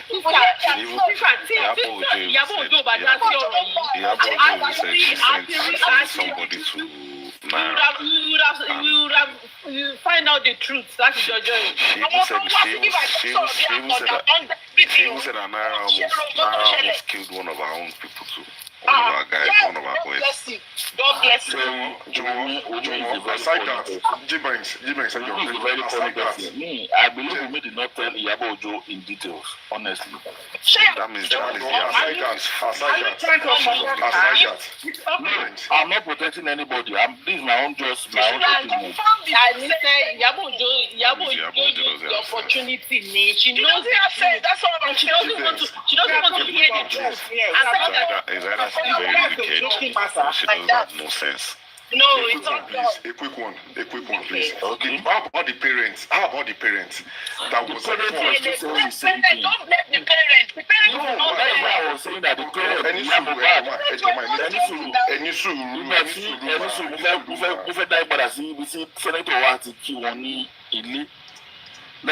Mr. Senator,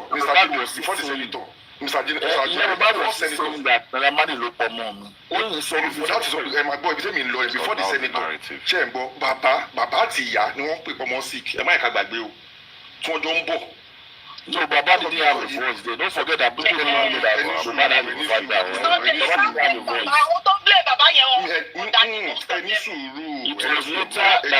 Baba had a voice. Nobody even knew Baba from any school.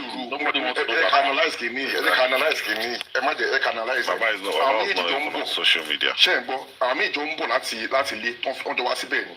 Wọ́n nígbà tó dé bẹ́ẹ̀, wọ́n narrate kan tó ṣẹlẹ̀ fún Baba. Mr. What is alive, Baba? But the senator was Baba. I understand the plan. So I think that because we are from Benin, what you organize is good. What do you know? What is alive, Baba? Good morning, what is alive, Baba? Baba was not Baba one story.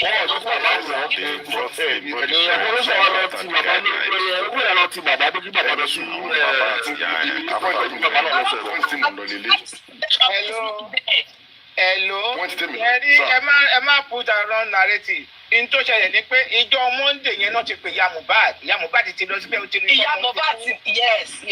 Ó ti rí pé ọmọ ti kú níjọ Monday gangan. Bàbá bẹ́ẹ̀ni mà. Ìlú Yorùbá ti mọ̀ ń tún ìlú.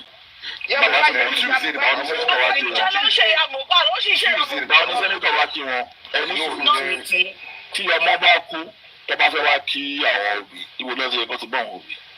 Ilé ẹ̀ ló yẹ kó wà. Ilé àwọn òbí. Kó mo sọ pé bàbá ìyá Mohbad ló gbàgbọ́dé. Ilé bàbá ló yẹ kó wọn sẹ́nitọ̀ yẹn wá. Wọ́n ti sí bàbá yẹn ni they deceive the man. Wọ́n ṣàlùwàmù. Wọ́n sọ̀nà wọ́n ní wọ́n ṣàlùwàmù. Ìgbà tó dé àárín méjì, bàbá was confused. Confused, he said he was confused. He was confused. Abiyamọ máa ṣe ni máa yẹn ṣe yẹn.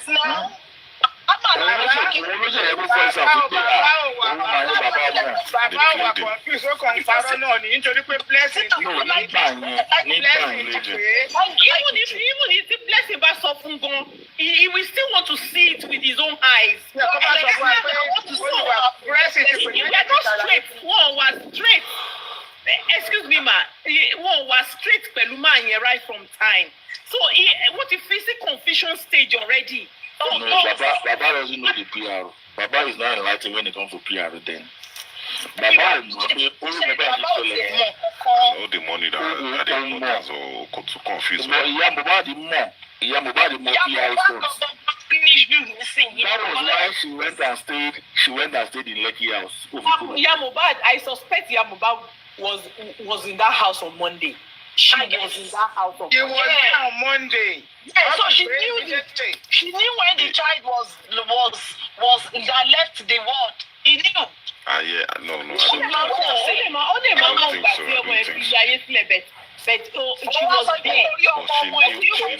She knew that they have to cover up. She knew that they have to cover up something. That was when Umi explained everything to her. She was there on Monday.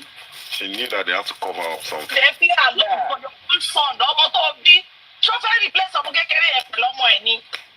Auntie promise her, what the guy ever after? They would have told her that the guy is dead.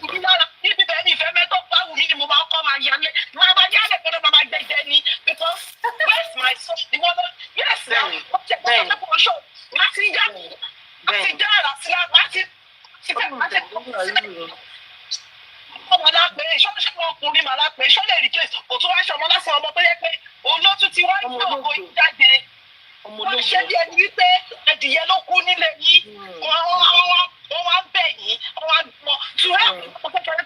I'm sorry, but what I'm saying is, we're going back. They already told your mom I should for mama Eleni. Show me my friend, the mom, Lolani. They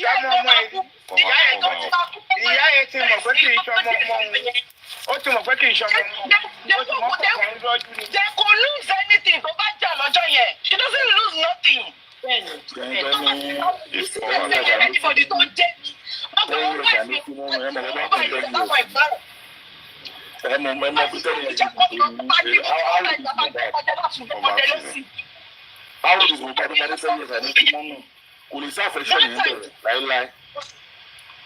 That was why everybody's living like this. There was not.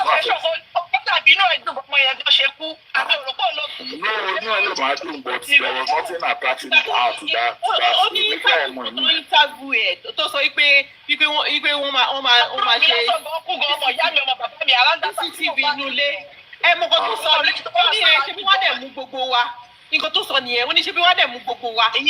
Wow. No, that's another CCTV. Wow. CCTV. People don't see CCTV, but you know, see that they will CCTV.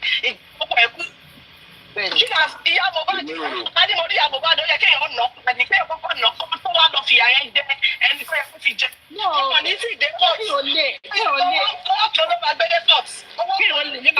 sorry, table. We lay her on the table and give her 200 lashes.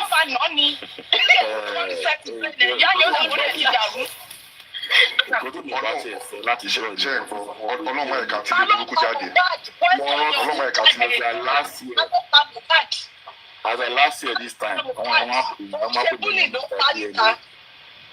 máa ń pè mí pé Mr. DNA as a last year this time mo dẹ̀ ń sọ fáwọn èèyàn báyìí lórí Paparino platform pé àwọn pípù yìí ká fún wọn láàánú dá wọn yẹ̀ sí wọn ní ṣe DNA yìí mo sọ ń gbà yẹn as a this time.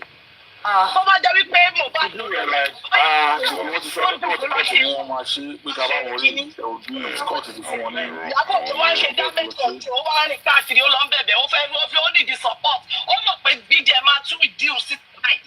Bẹ́ẹ̀ni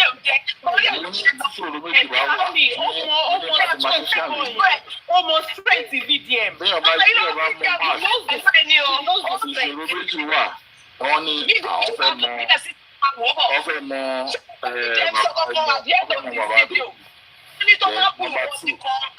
ọfẹ mọ ẹni tó pa Mohbad nínú ẹtì ẹyẹ ká ọkọ sọfún wọn nà nínú tó àwọn èèyàn kádìgbò ibi fáànù ìbò ń bá yẹn pé nǹkan tó fẹ́ pa Mohbad là á fẹ́ mọ̀ kò sí nǹkan tó kọ̀ mí ẹ jẹ́ ká tẹ̀ kókó sọ̀fẹ̀ yẹ̀ kó ná àgbà last year nǹkan nú méjì a fẹ́ mọ ikú tó pa Mohbad a fẹ́ mọ bàbá ọmọ ẹ̀ mi ní ẹ jẹ́ ká tẹ̀ ọkọ mú kan kúrò ńlẹ̀ ó bá jẹ́ pé yẹn ló bí ọmọ you don't have to so hard wàá wá dirun fún wàá wọṣọ fún wàá wọ búùtù nínú ọmọ kékeré wàá bì fún díẹ̀ wàá bì fún ọmọ wàá lẹ́jọ́ Mohbad wàá dirun wàá irun yẹn máa fọ ọmọ yẹn lórí Bùnmi lọ́wọ́ yẹn jọ bàbá ẹ̀ ní ìfẹ́ kọ́kọ́ tẹ́tí wọ́n ní Bùnmi lọ́wọ́ tẹ́tí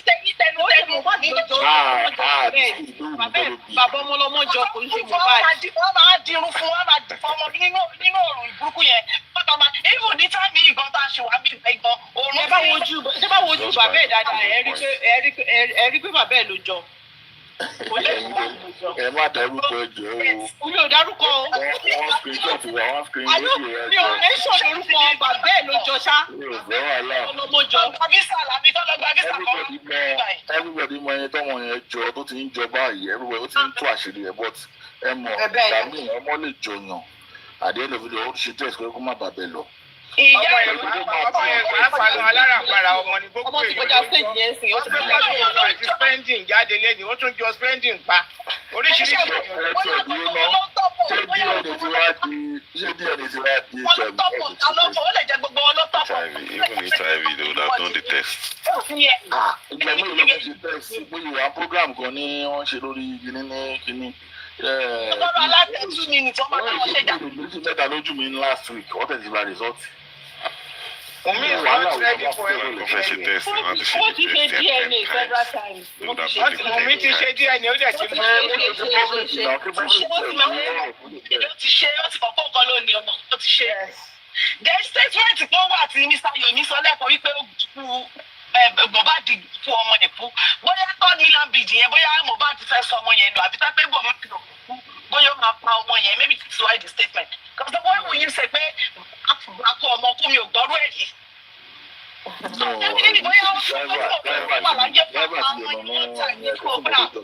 Peace of mind.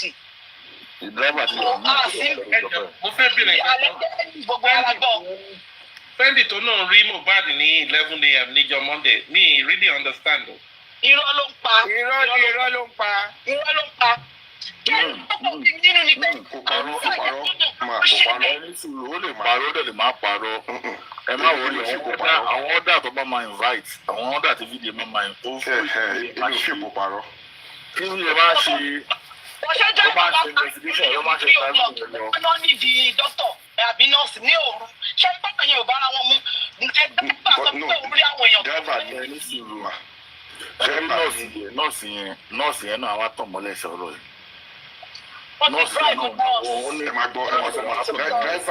Driver ni wọ́n fẹ́ fi mọ́tò òun lọ ra oògùn. Àná fẹ́ ra oògùn fún. Ó náà fẹ́ fi mọ́tò òun lọ ra oògùn. Nígbà tó ń bleed. Pé òun wá sọ fún wọn pé kò sí iye fóònù mọ́tò òun. Bẹ́ẹ̀ni. Driver sọ pé òun rí Mohbad. Driver sọ pé òun rí Mohbad. Bẹ́ẹ̀ni ló náà mú rí Mohbad yìí. Ìrẹsì lórí Mohbad lórí láago mọ́kànlá o. Mohbad ò jáde ó kọ̀ wá sálẹ̀ ló dẹ̀ padà sókè. Ẹ má wọrí ìṣẹ́ lọ́jọ́ yẹn ó parọ́ o kò parọ́ o ẹ má wọrí interview wọ̀ tí fídíò máa ṣe. Mo rò tó yà jáde. Àwọn ọkọ̀ tó máa ṣe bẹ́ẹ̀ ni. Ìyábọ̀ rò ní pé fídíò máa sọ tó bí fídíò ṣe máa yẹ. Ó lè sọ pé green snake under green snake. Green snake under green grass ni. Ṣé ní gbogbo bí ó ṣe ń sá lọ́sàn yẹn kò ó kọ̀ sí rẹ́ bọ̀ ni. Ṣèlú mọ́ wọn fídíò ẹ̀ bẹ́ẹ̀ yà pọ̀. Àwọn tó bá mọ ọmọ ìlú sí ẹ̀ tó bá mọ ọmọ ìlú sí ẹ̀ tó ó ti bọ́ wọn lọ́wọ́ ó ti mọ̀ kó ti bọ́ wọn lọ́wọ́ wò pé àgbo ló fẹ́ sá sí. Paparino tó sọ pé wọ́n fẹ́ lo BBM mọ́kàn rẹ́rìn kò sí fẹ́ wọ́n lè lo BBM ẹgbà bẹ́ẹ̀ wọ́n lè lo yàtọ̀ sí máa gba glory yẹn gan kò lè gba glory wo ni Sam Larry àti ìfẹ́ ìdí glory anybody ẹ jẹ́ ká gbàgbé mákìní kò ní ìdí ó máa sọ̀rọ̀ in due time ó fẹ́ ṣe interview yẹn tán ni ó fẹ́ ṣe mistake. ṣe interview yẹn tán ni dẹ́sẹ̀ báwọn tó ń fi ọmọ tó máa bá sọ̀rọ̀ lẹ́yìn. ó náà máa pe nọ́ọ̀sì òun fẹ́ bá nọ́ọ̀sì yẹn sọ̀rọ̀ òun ìfẹ́ bá nọ́ọ̀sì yẹn sọ̀rọ̀ fẹ́ ẹni tó ní nọ́ọ̀sì yẹn ló wí sóhun bá sọ̀rọ̀ ó yìí máa pé wù mí. ó máa ṣe wọn kàn waste ọmọ ológo dànù ṣá gbogbo ilé ìta ṣe láwọn. mo fẹ́ kí wọ́n nà kí wọ́n sọ pé yes òun lẹ́yìn àti interview. She's not going to go. No, she might. Don't say that. That's why. Don't say that. Omi ò ní dá lóhùn láyé. Omi. She's not going to go to an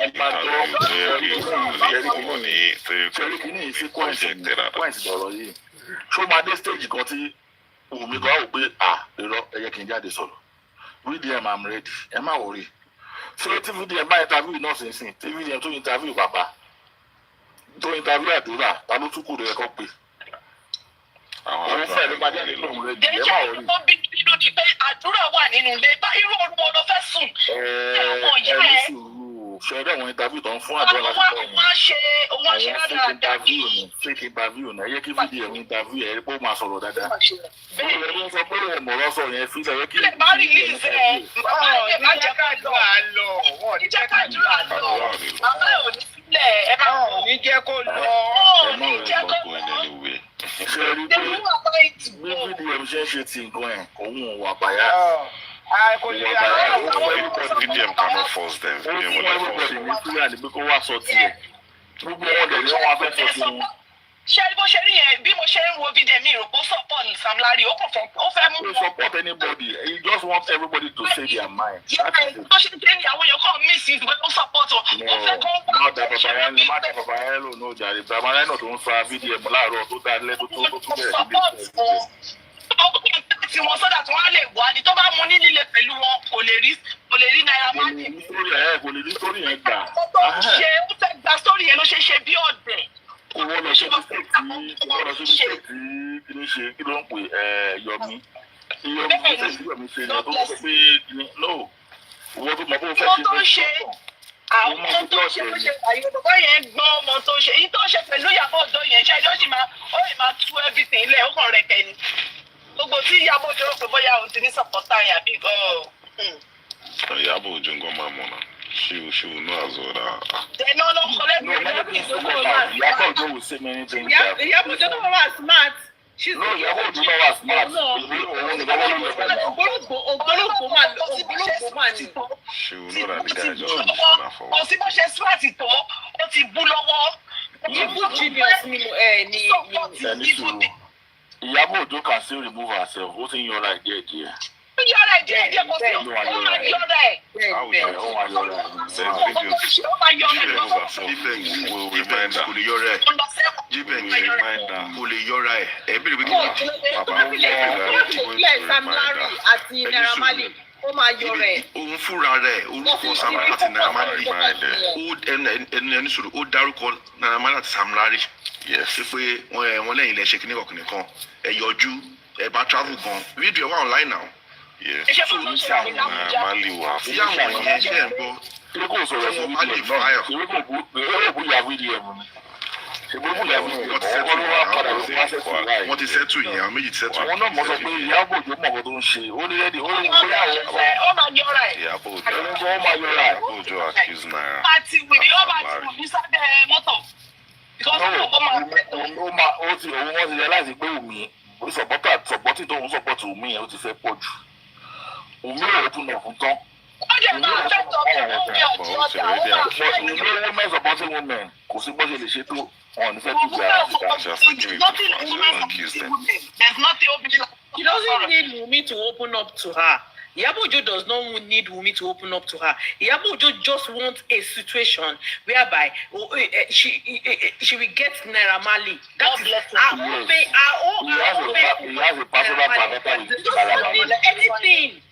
He has a personal vendetta with Marley. Is that Baba Ijesha case that gave them more? Bẹ́ẹ̀ni o. Náà ló ṣe wá gbé details pé òkè ìkọ́ báyìí ṣẹlẹ̀ nǹkan báyìí ṣẹlẹ̀ lórí ìkọ́ báyìí. Alóbàbọ̀ mi kan máa mú láfíń gas tẹ́lẹ̀. Ìyábọ̀ Òjó ẹ̀. Wọ́n to drugs too now. Òun tó ń sọ pé òun support Wùmí pé àwọn ọmọ òun wọ ẹ̀ àbáyé fún àwọn ọmọ òun drugs. Wùmí was part of it. Who knows? If not for the video. Wọ́n tún béèrè lọ́wọ́ guy yìí. Kí ló ń pè guy yìí? Kó sọ pé ṣáà mi máa mú wọn ní ìwé ṣebí Mohbad kọrin ó ní ìyàwó mi lọ sí gbogbo ọ̀dọ̀ àwọn àbókí ìmúrin yẹn kọdà tó gba sìgá lọ́wọ́ àwọn all these things wọ́n ní VDM tó jáde. Lady ti VDM tó interview máa sọ̀rọ̀ lẹ́yìn wọn ní lady yẹn sọ lady yẹn wọ́n gbé kọsínú fídíò lady yẹn ní òun kìíní òun náà sọ ó ní ìyàwó náà ń lò. ṣe bí ó gbé fídíò jáde ẹ̀yin ti gbàgbé pé ó gbé fídíò jáde ni. Ẹ̀yin ò rí bí tí Wùmí ti ń mu gáàsì yẹn. Ẹ̀yin ò rí bí tí Wùmí ti ń mu gáàsì yẹn ni. Laughing gas. Laughing gas ẹ̀ tó lọ pé ẹni tó ní Wùmí ò kí mú anything ṣùgbọ́n wọ́n gbé jáde ó tí Wùmí ti mú. Ó wà nílé àwọn VDM ìṣòro interview tó ń ṣe yìí. Interview tó ń ṣe yìí. Ó ní fídíò yẹn dání kò mọ̀ ó ní fídíò yẹn dání. People are noting everything from this interview. Wọ́n kọ́lẹ̀. Ó máa dé church lọ́jọ́ wọn máa dé àṣírí máa tú gan. Àṣírí yìí ló máa dé tú gan. Àṣírí máa tú gan. Àwọn káàkiri jù báyìí lọ tó lọ sórí platform tó máa bú yín ká ní tẹ́lẹ̀ ni wọ́n ti máa bú wa ń sìn bọ́ ẹni pẹ́ tó ti rọ̀ sí i wọn ò lè sọ̀rọ̀ mọ́. Ìlú àwọn critical thinkers àpòlẹ̀ àwọn ṣe bí kò tó yẹ kí nǹkan tí fídíò mi ṣe tó yẹ kọ́ lọ sí. Ọkọ̀ máa ń kọ́ sẹ́yìn tẹ̀ wọ́n náà wọ́n critical kan wọn lọ wọ́n mọ̀wé tù. IT guy ni a máa sọ̀rọ̀ a máa ara láì látàárọ̀ dalẹ́. Right up tí Iyabo ṣe òun ló ká ogun wọn kù right up tí wọ́n rí tó ṣe ló ká ogun wọn kù.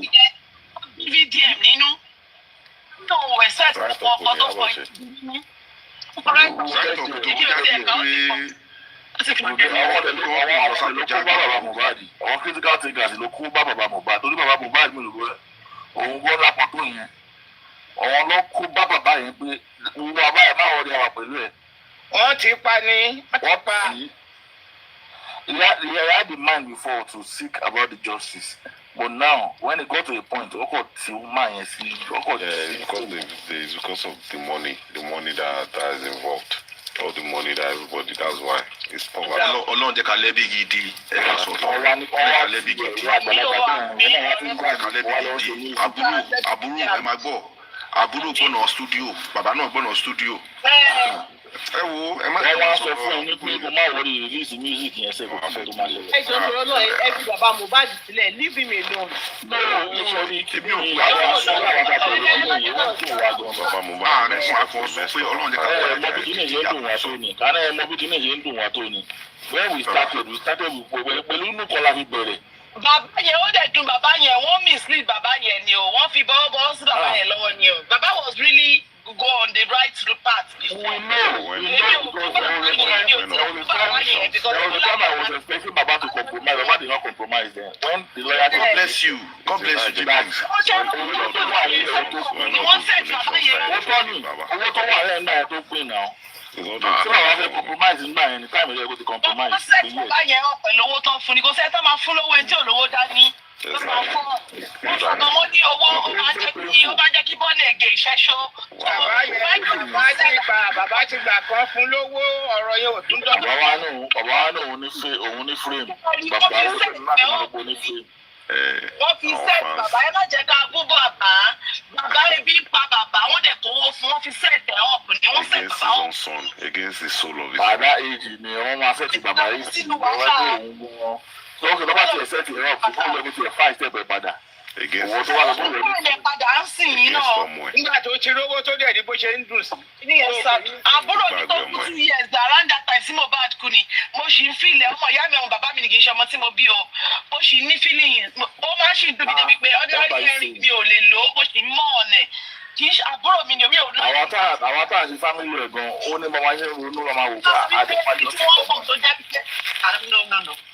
àmọ́ wọn fẹ́ bí lọ́bi iṣẹ́ torí Mohbad tá à ní lọ́bi iṣẹ́ tá a máa bẹ̀rẹ̀. Ìyá yẹn kò sí problem ìyá yẹn lèmi rí sí problem ìyá yẹn gangan ni díẹ̀ ni bàbá lè ṣe ṣẹ́ ní ìyá yẹn kálọ́ ó ti mú gbogbo àwọn yẹn lọ́jọ́ yẹn ó ti mú wọn dé police station ni ibù tó bá fẹ́ gbàbọ̀dé ní police station bí ìyá yẹn ṣe fà wọ́n débẹ̀ pẹ̀lú tó ti gbé wọn tó ti design Nàìjíríà sí wọn lára police station ṣẹlẹ̀ wọ́n ti rí màmá yẹn pé ọ̀dẹ̀ ẹyin ti fọ́ mọ́ màmá yẹn nù ni so even tó bá fẹ́ fún justice gan tó bá fẹ́ police station it will be so easy because ibi màmá ṣe é ṣe. Ìyá yẹn gan sọ fún rẹ̀ wọ́n ti fowó di lẹ́nu. Sọ́dọ̀ Wùmí yóò yẹ kí Wùmí máa wọ́n láti bí màmá yẹn. Wùmí was the one controlling the shot. Ǹjẹ́ bẹ́ẹ̀ sọ fún bàbá tó wọ́n sí. Ṣé bẹ́ẹ̀ sọ fún bàbá tó wọ́n sí. Ọmọ ìyá ló Wùmí ló máa ń lò.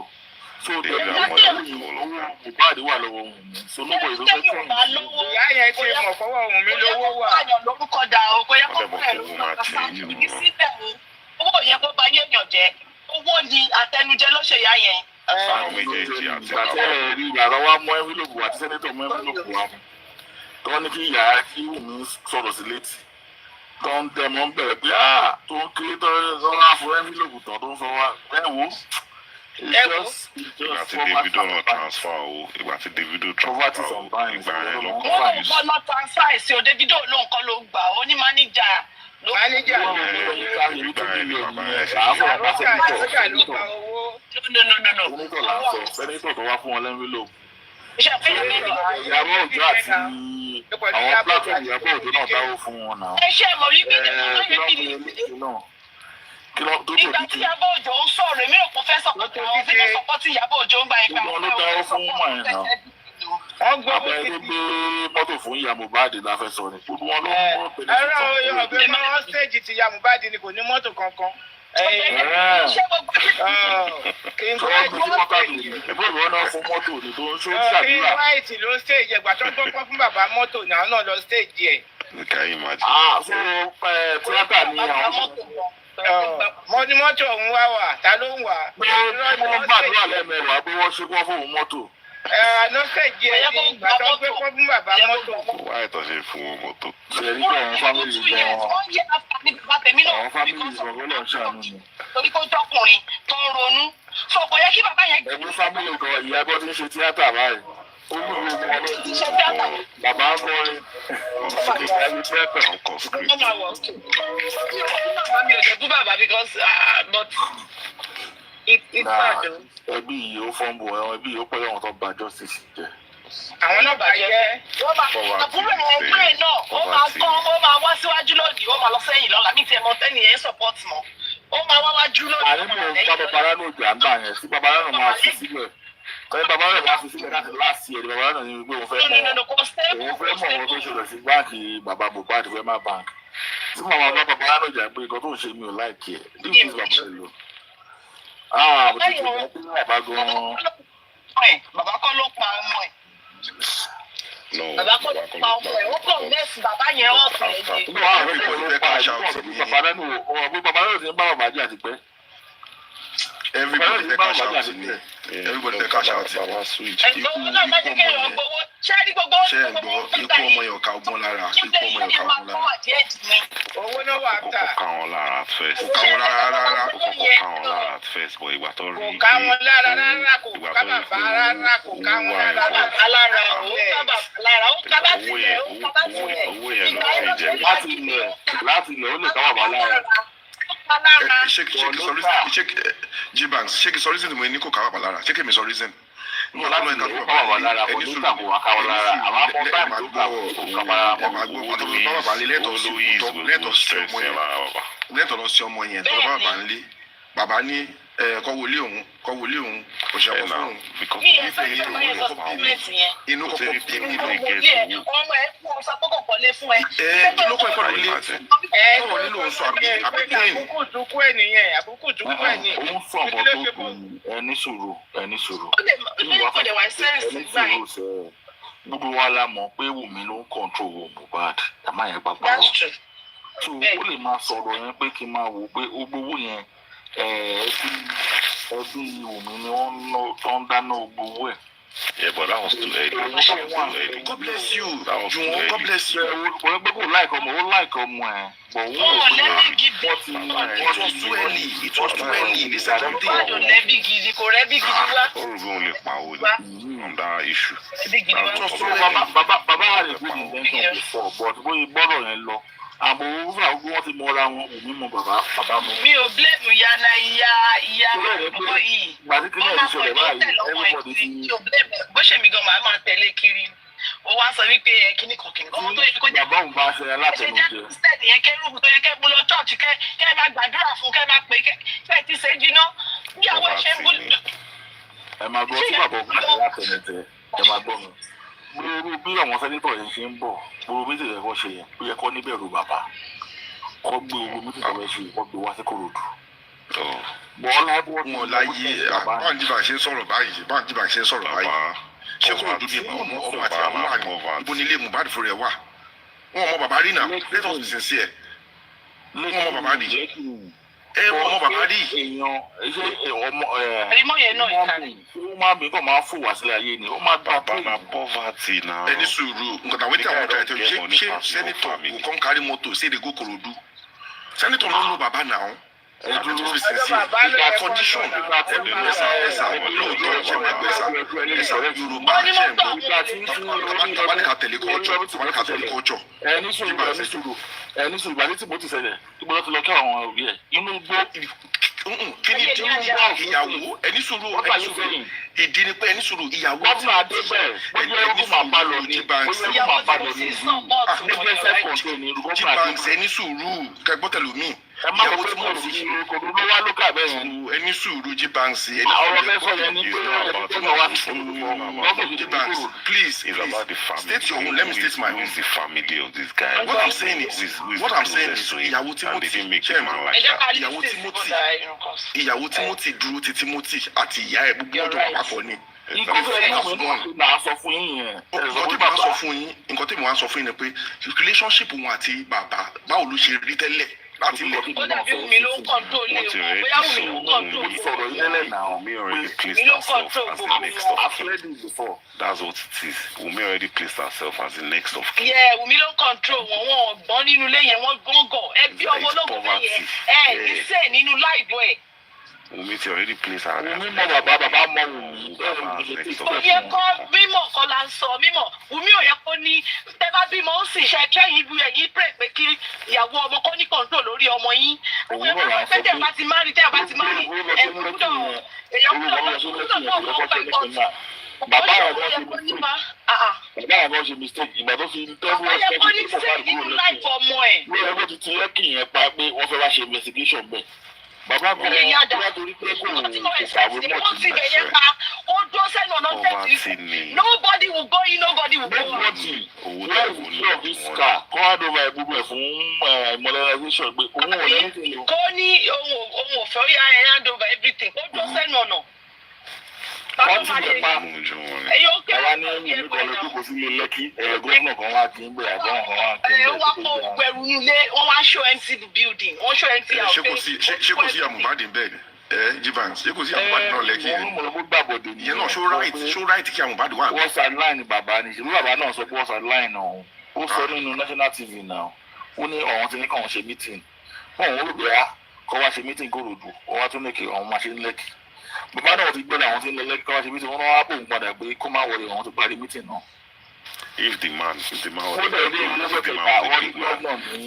big man in Ìkòròdú the man òun ní ìlú èlò ilé ìlú wà tó wù tí ní gbogbo ẹ̀ tó fi wọn kí gbogbo wọn òun tó wọn jẹ́ bàbá ọmọ gọ́vnà ọmọ òun sẹ́nitọ̀ ọmọ òun ó sọ náà. gọ́vnà ò lọ bẹ̀ jèrè gọ́vnà yẹn ò lọ bẹ̀ jèrè. inú wa ẹ̀ ó náà representative bẹ̀rẹ̀ so bàbá wa sọ pé òun tó ń wà ní Ìkòròdú yìí wọ́n wà ìrọ̀lẹ́ tí bàbá ti ń gbóná nìyẹn náà.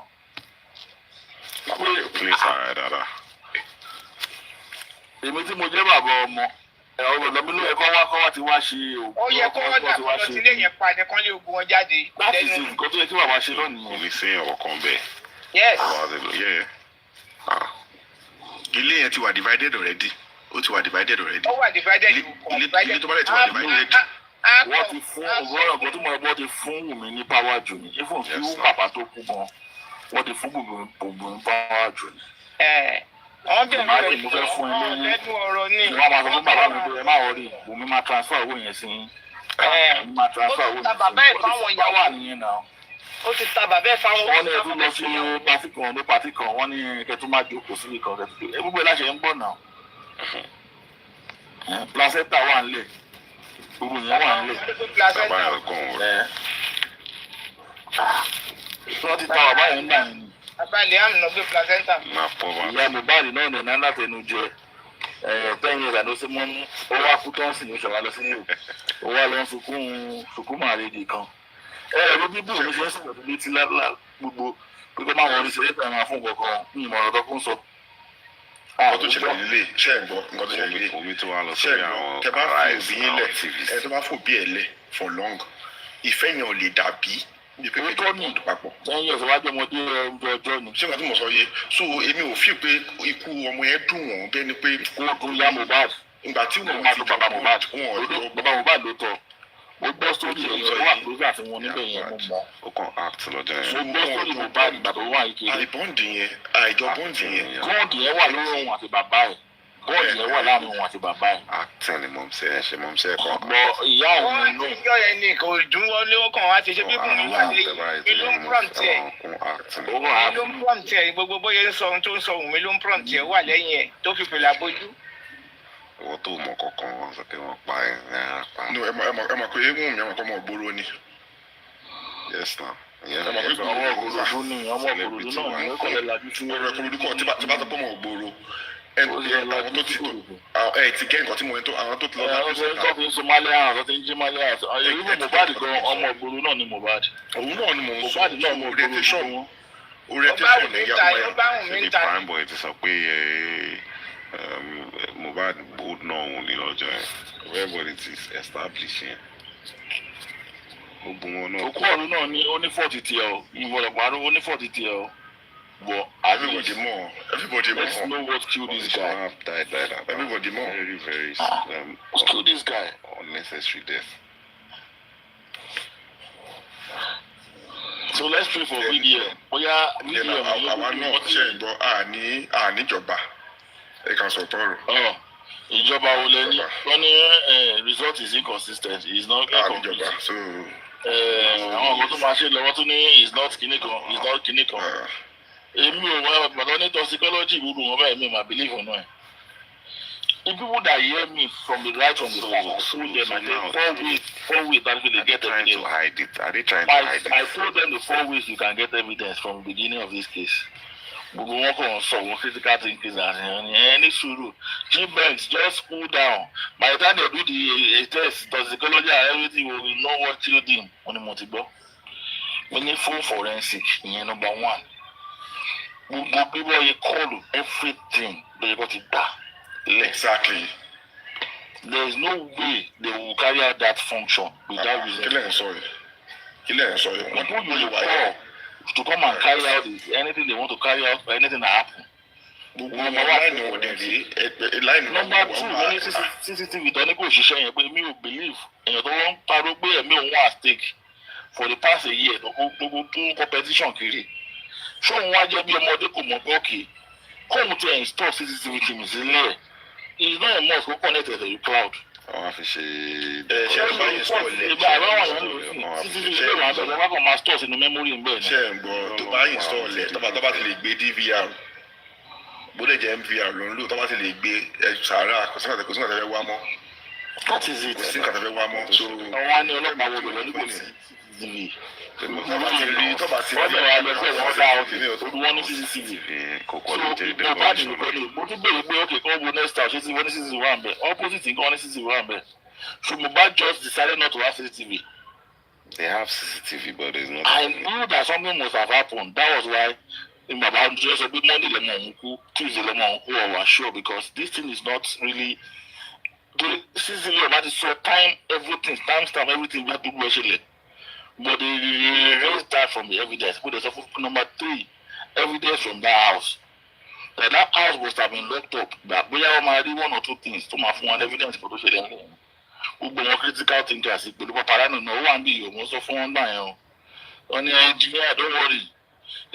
What you do, don't worry. The test will show us everything. A test of 10 years ago when they did it in America. Someone died 10 years ago. It will show us what killed him. And then I want people. But the result is that this gbogbo wọn wo ni oníṣègbè àìtó all these things then. But this is where we are supposed to have concentrated at least in your game no is one basket. We consider on everywhere we can see other evidences. Nǹkan tẹ́mi kọ́ ní ẹni tó bá kú ṣe ń gbọ́ ẹni tó bá kú kú gbé ẹni tó bá kú bẹ́ẹ̀ ó kú gbé ni.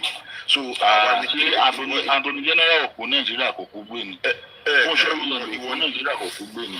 Ṣé Mohbad ní sponsor ìṣòro ọkọ̀ kú Nàìjíríà tó kú gbé ni. Àbúrò ọkọ̀ ní ìgbàlè máa jáde fún ni. Ọlọ́run ló ní ìgbàdà ìfún fọlọ́run kí ló tó kú gan àsọ̀rọ̀ ẹ̀ tó yìí. Anthony General tó kú gan. Within 6 months everybody is gbàgbé. What is election? tó bá yẹ pé Mohbad ní. Because I saw for almost 2 years báyìí. Tó bá yẹ kó ní good family. Ẹ̀hún tó ṣe ti Attorney General ni pé ìjọba gangan ló pa. Wọ́n náà là ń sọ. Ó ti yàtọ̀ sílẹ̀. Ẹ̀hún tó ṣe ti Attorney General gbà yẹn ìjọba Nàìjíríà bá ń sọ. Àá sọ pé kò yàtọ̀. Kọ́tà sọ pé Nàìjíríà yìí náà ta àbọ̀ àti Attorney General kú. Káàdì evidence. Torí pé ìjọba ló pa ni. Torí pé ìjọba evidence náà ni ìṣèwádìí ṣe ń fi báwọn tó Nàìjíríà lọ́wọ́. Torí pé ìjọba tó pa á ni wàhálà. Òun náà ti ṣe ń fi lájọ́ sọ. Mi ní ààrẹ evidence ìjọba pa ọ̀ ìjọba kó ló pa á. Àti àdébí Nàìjíríà la wà. Tó bá yẹ pé ìjọba ló pa Mohbad ni kò sẹ́nì kankan tó máa gbọ́ nǹkan kan. Gbogbo ìtẹ́ ìṣe tó yẹ pé ìjọba tó fúnra wọn náà pa. Òpèlè bí òun jẹ́ individual. Bọ̀tí Attorney General Bọ́lá Ìgè yẹn àwọn gangan ìjọba gangan ló pa. Ẹ sà then anybody tó bá kú bẹ́ẹ̀ yẹn ní kú sàárà tó yẹ kó túbọ̀ máa wádìí wọ́n ti gbàgbé nìyẹn.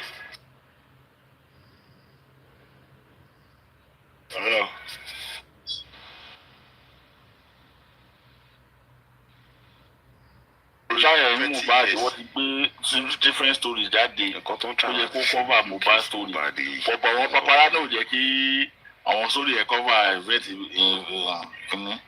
Torí Paparino will always come outside and still come and say something. And thank God for TikTok. If not for TikTok, people will have forgotten about Mohbad. Thank God for VDM. Thank God for VDM. No, VDM even kept quiet for some time.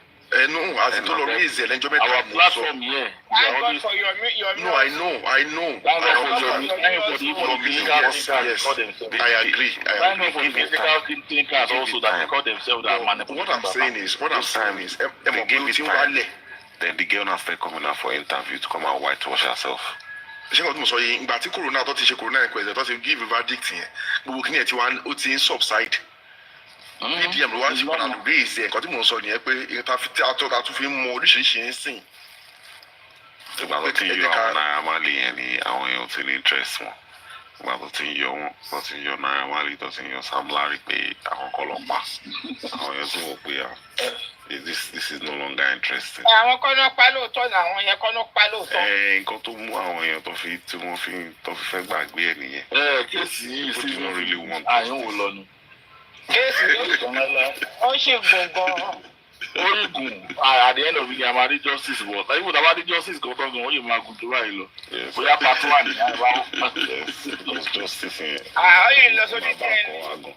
Gbogbo àwọn tó ti bàbá gbogbo lọ máa kọ this is Mohbad dad gbogbo wa ẹ̀fẹ̀ mọ̀. G-Banks. Ó yìí lọ sórí DNA. Ó yẹ ká clamor kan sí ọmọ yẹn. Ẹ̀yà property yẹn kò jẹ́ òun kó tó wọ̀ wọ́n lára. Ó yẹ kán lè fight kan sí ọmọ yẹn kò dá bọ́ọ̀lù gbé síbẹ̀ yẹn kò dá o. Ẹni tó yẹ kó fi inú sọ pé nǹkan méjì lòún wá ẹ̀ẹ́dẹ̀ tí lè fún lẹ́yìn kan bẹ̀. Òun yẹn ó burú o. Ó ní nǹkan méjì lòún wá DNA òun náà wá kó tó pọ̀ mọ́ méjì ẹ̀ fún kankan bẹ̀. Ẹ tiẹ̀ fún DNA náà. Tó bá ti gba DNA kò sọ̀rọ̀ mọ́, ó ti gba gbogbo ẹ̀. Tó bá ti gba DNA ó ti gba justice. Ó ti gba justice. Òmí kẹ̀dé ò rẹ́jì láti kọjú mi ò lè ṣe DNA yẹn. Wọ́n tún gbọ́ sí nǹkan lọ sọ pé irun ọmọ yẹn gan ti lọ mísẹ̀ pẹ̀lú irun mi. Wọ́n máa lọ fẹ́ lórun. Kò sí nǹkan tá yóò lè sọ. Mo rántí ìgbà tá ìwà ní kéékèèké tá a bá fẹ́ lọ sọ ṣútù tá a bá fẹ́ sáǹbì iṣẹ́ à lọ jẹ atare tá a bá gbé kinní tó fi ń wọn kinní sí wa lẹ́nu báyìí á jà ní eléyìí sick. Eléyìí ọ̀ lè lo trick yẹn ní Nàìjíríà mi. Kò sí ohun tó ń lè lo. Ìgbọ́n tó ìgbọ́n kan sọ ní pé àánú lè lo. Kò sí ohun tó ń lè lo àwọn doctors náà ló máa kọ́. Ẹni sùúrù tí bá ṣe DNA òkè yìí kankan ṣe nǹkan tẹ́ pé èèyàn máa ṣe lọ́jọ́ kan lẹ́ẹ̀kan péré ó lè ṣe lọ́jọ́ yìí. If you are doing it, if you give me fake results, I can go and do it somewhere else. You can do like 3 times. Nǹkan tó yẹ tó ń ṣẹlẹ̀ ní pé ó da ẹni tó ti miss irun ẹ̀ tó mú irun Mohbad àbí tó ti miss irun ọmọ tó ti miss irun ọmọ pẹ̀lú irun mi. So wọ́n bá give negative ni ibi tó bá ti fi ọmọ wọ́n máa lo tongue.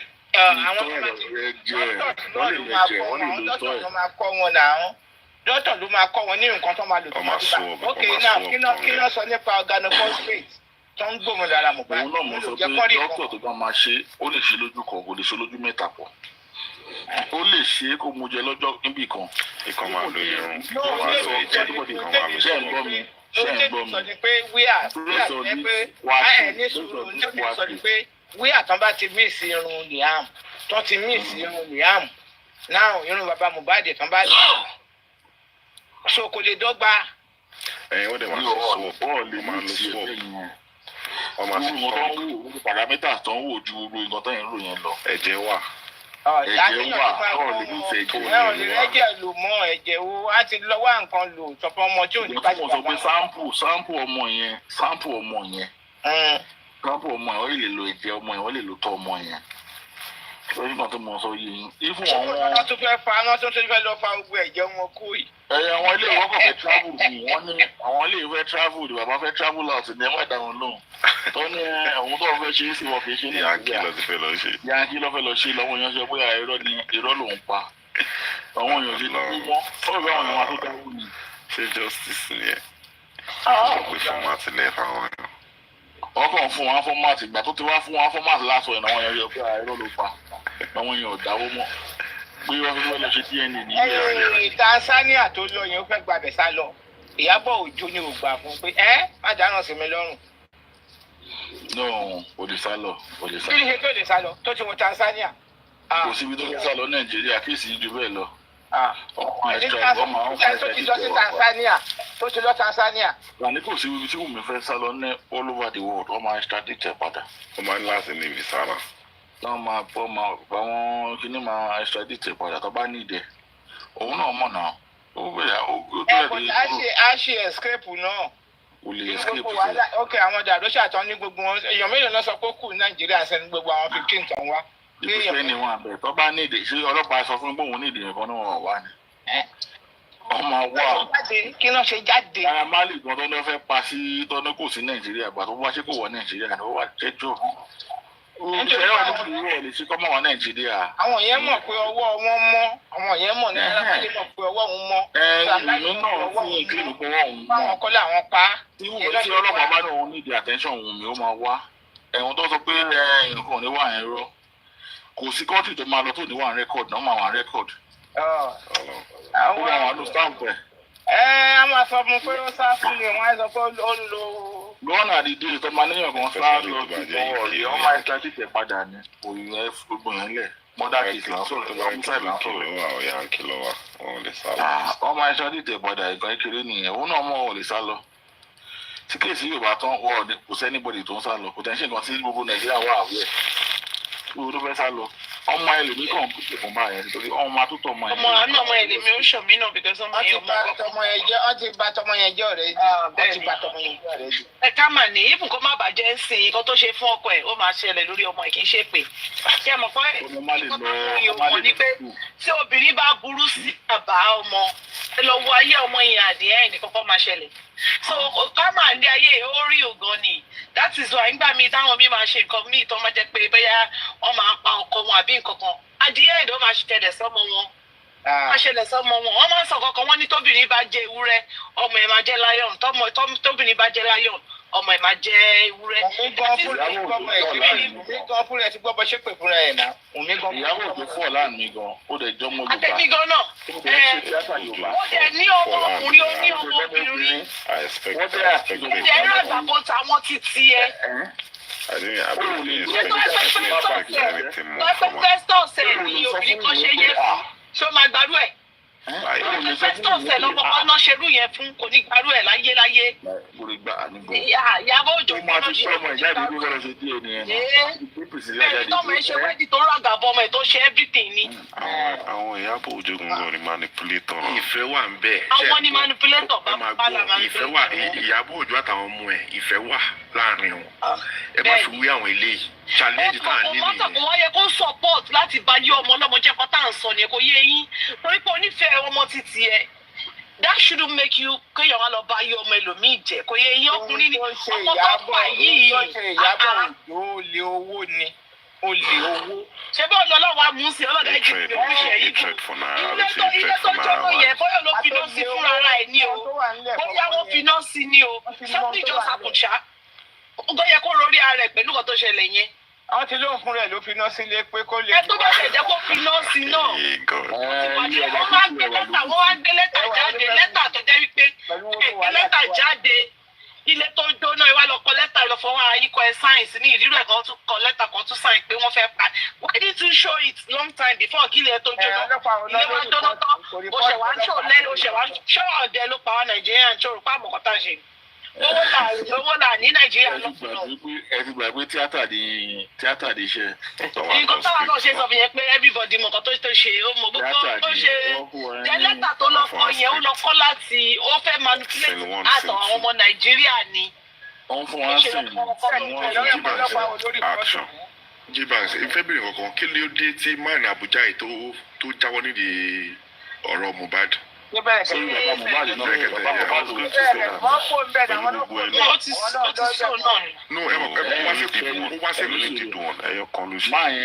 máa yẹn ní ìgbéraga. Tó bá náà máa ṣe nǹkan ẹ fún láyè kò ṣe ń táìmù ẹ̀. Gbogbo tó wá ń gbọ́ owó náà rí ìtẹ̀sí náà níjọ. Ẹ kò rí ìtẹ̀sí ni wọ́n lè mọ̀. Nígbà tó lóun máa gbé gbogbo ẹ̀ tó dẹ̀ jẹ́ pé owó làwọn bàbá fẹ́.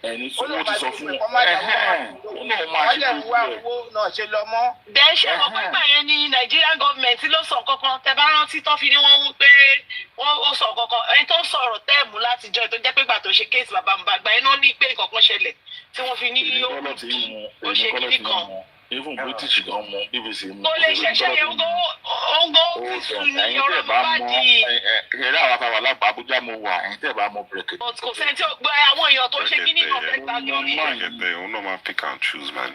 Mo mọ máa yìí. Kò lè ṣe ní bàbá kò lè ṣe ní tó wọ́n fẹ́ ṣe ó fẹ́ gbà lórí. Kò lè ṣe ní. Wọ́n tún lọ sórí bẹ̀rẹ̀kẹ̀tẹ̀ inú mi. Kò lè ṣe ní tó bá máa ṣe ó máa gbà lórí. Ok, ta ló ní kọ́ lọ ṣe ta ló ní by force kí wa ló compel àwọn ọlọ́pàá bí kò ṣe toxicology. Ẹjọ́ ṣé ló wà bẹ́ẹ̀ ṣé ló parí àwọn test yẹn wọ́n ti dàrú wọ́n ti dàrú. Ṣé ọlọ́pàá ṣe test kankan tẹ́lẹ̀? Ó lóun fẹ́ ṣe kówó wà owó dẹ̀ làwọn bàbá ó náà máa ṣe bọ̀ sí ti gọ́ọ̀mẹ̀ntì náà fẹ́ ṣe kọ́ gọ́ọ̀mẹ̀ntì wọ́n ṣe tòun náà. ìgbà sọ náà ni ẹ pé gọ́ọ̀mẹ̀ntì ò jẹ́ kàn fún láyé ó ti mọ̀ pé kò ṣe ṣe that's what I'm saying. mo ṣe pé bàbá yóò rẹ́dì. àwọn fámìlì gangan ò lọ mọ́.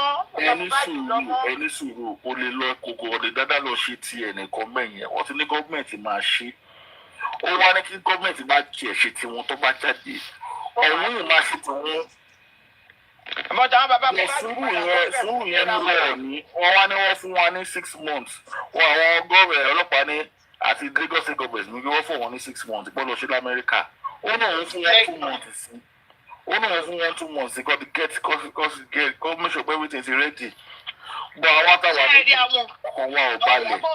Àwọn Ìyábọ̀ Òjó ò ní jẹ́ kó wọ́n. Àwọn èèyàn ti lọ ń dáwó sí ẹ̀ máa gbọ́ mi.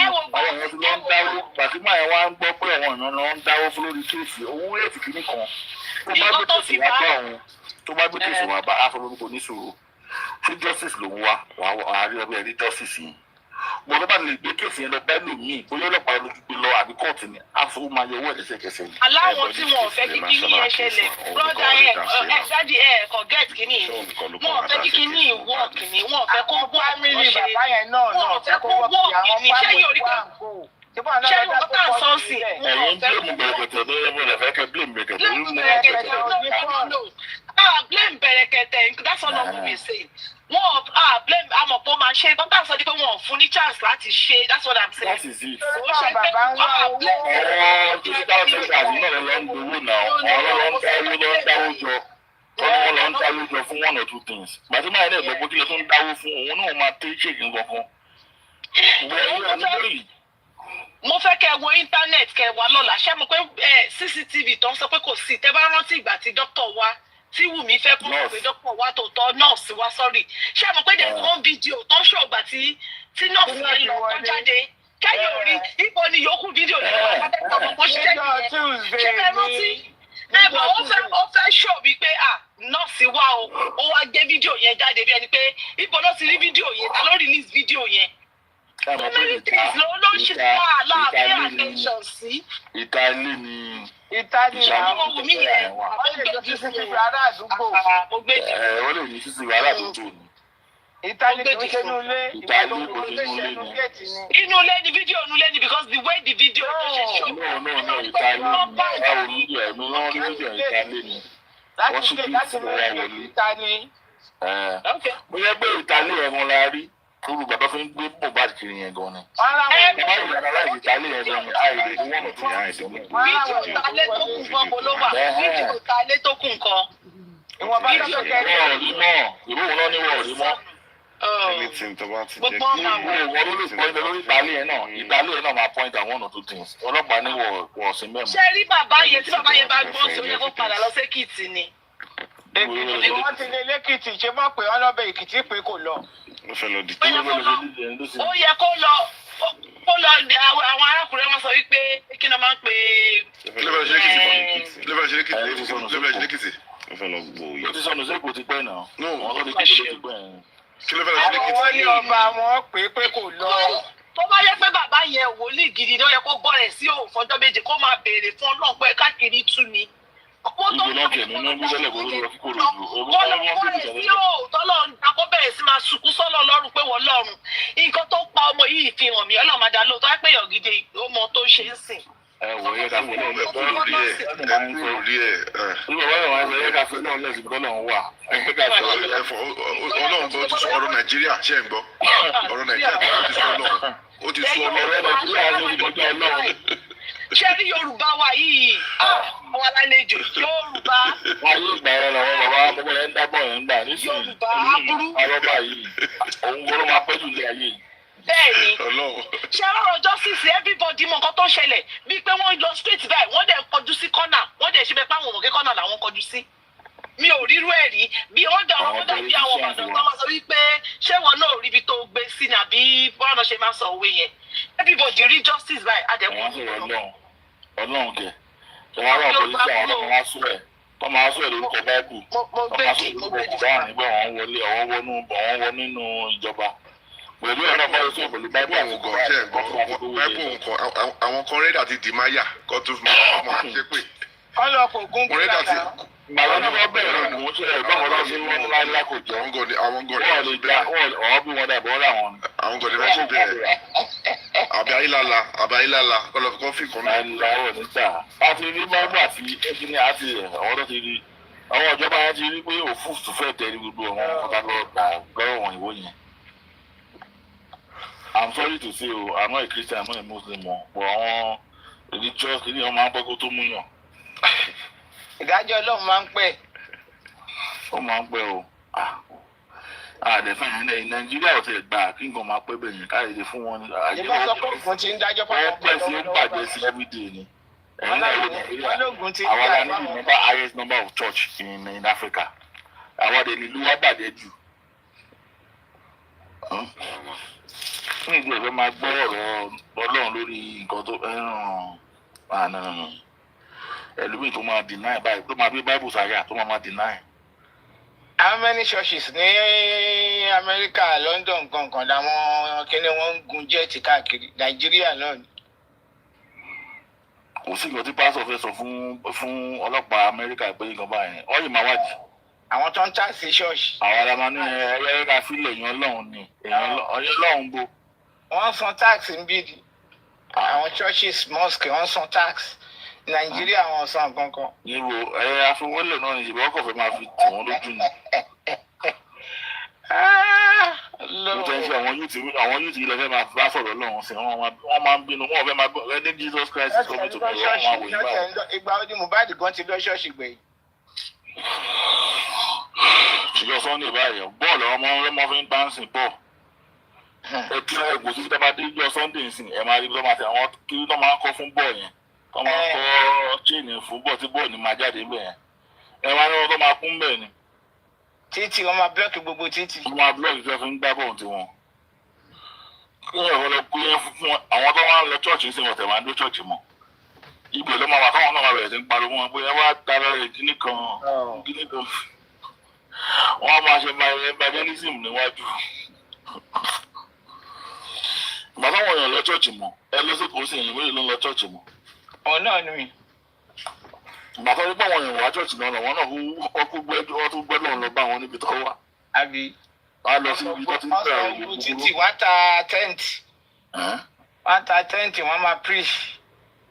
Oríṣiríṣi ṣọ́ọ̀ṣì, oríṣiríṣi mọ́ṣáláṣí. Àbámọ́dá churches. Nàìjíríà la wà. Àgbélẹ̀rọ. Ọgbọ̀n bá ìṣẹ̀lẹ̀ kéèyàn wá lè sọ pé àwọn ọlọ́pàá gbogbo nǹkan tí fídíò mú ṣe àwọn ọlọ́pàá tó yẹ kó ṣe gbogbo ẹ̀. Iṣẹ́ ọlọ́pàá ni gbogbo nǹkan tó ṣe iṣẹ́ ọlọ́pàá pátá ní gbogbo ẹ̀. Báyọ̀ wa ni Nàìjíríà. Iṣẹ́ ọlọ́pàá gbogbo ẹ̀. But ìlú wa ò ṣiṣẹ́ dáadọ́ bó yẹ kó ṣiṣẹ́ nǹkan tó ń fà á nìyẹn. Kò dẹ̀ sẹ́ni kò sí ẹ̀ta máa mú sí. Kò sí bí ògbẹ́ ṣe wà ní. Bó dẹ̀ ṣe wà ń gbé máa bá kú nìyẹn. Èpè kọ́. Èpè kọ́. Ọlọ́run lè yí wọn padà. Ẹ̀sà Ọlọ́run ẹ má máa ṣẹ́ tí Ọlọ́run ti dá wa. Ẹ má jẹ́ ká máa fi gbogbo nǹkan Ọlọ́run akọ̀fin ń parọ́ mọ́ Ọlọ́run ni. Ó tọ́ ni akọ̀fin ń parọ́ mọ́ Ọlọ́run ni.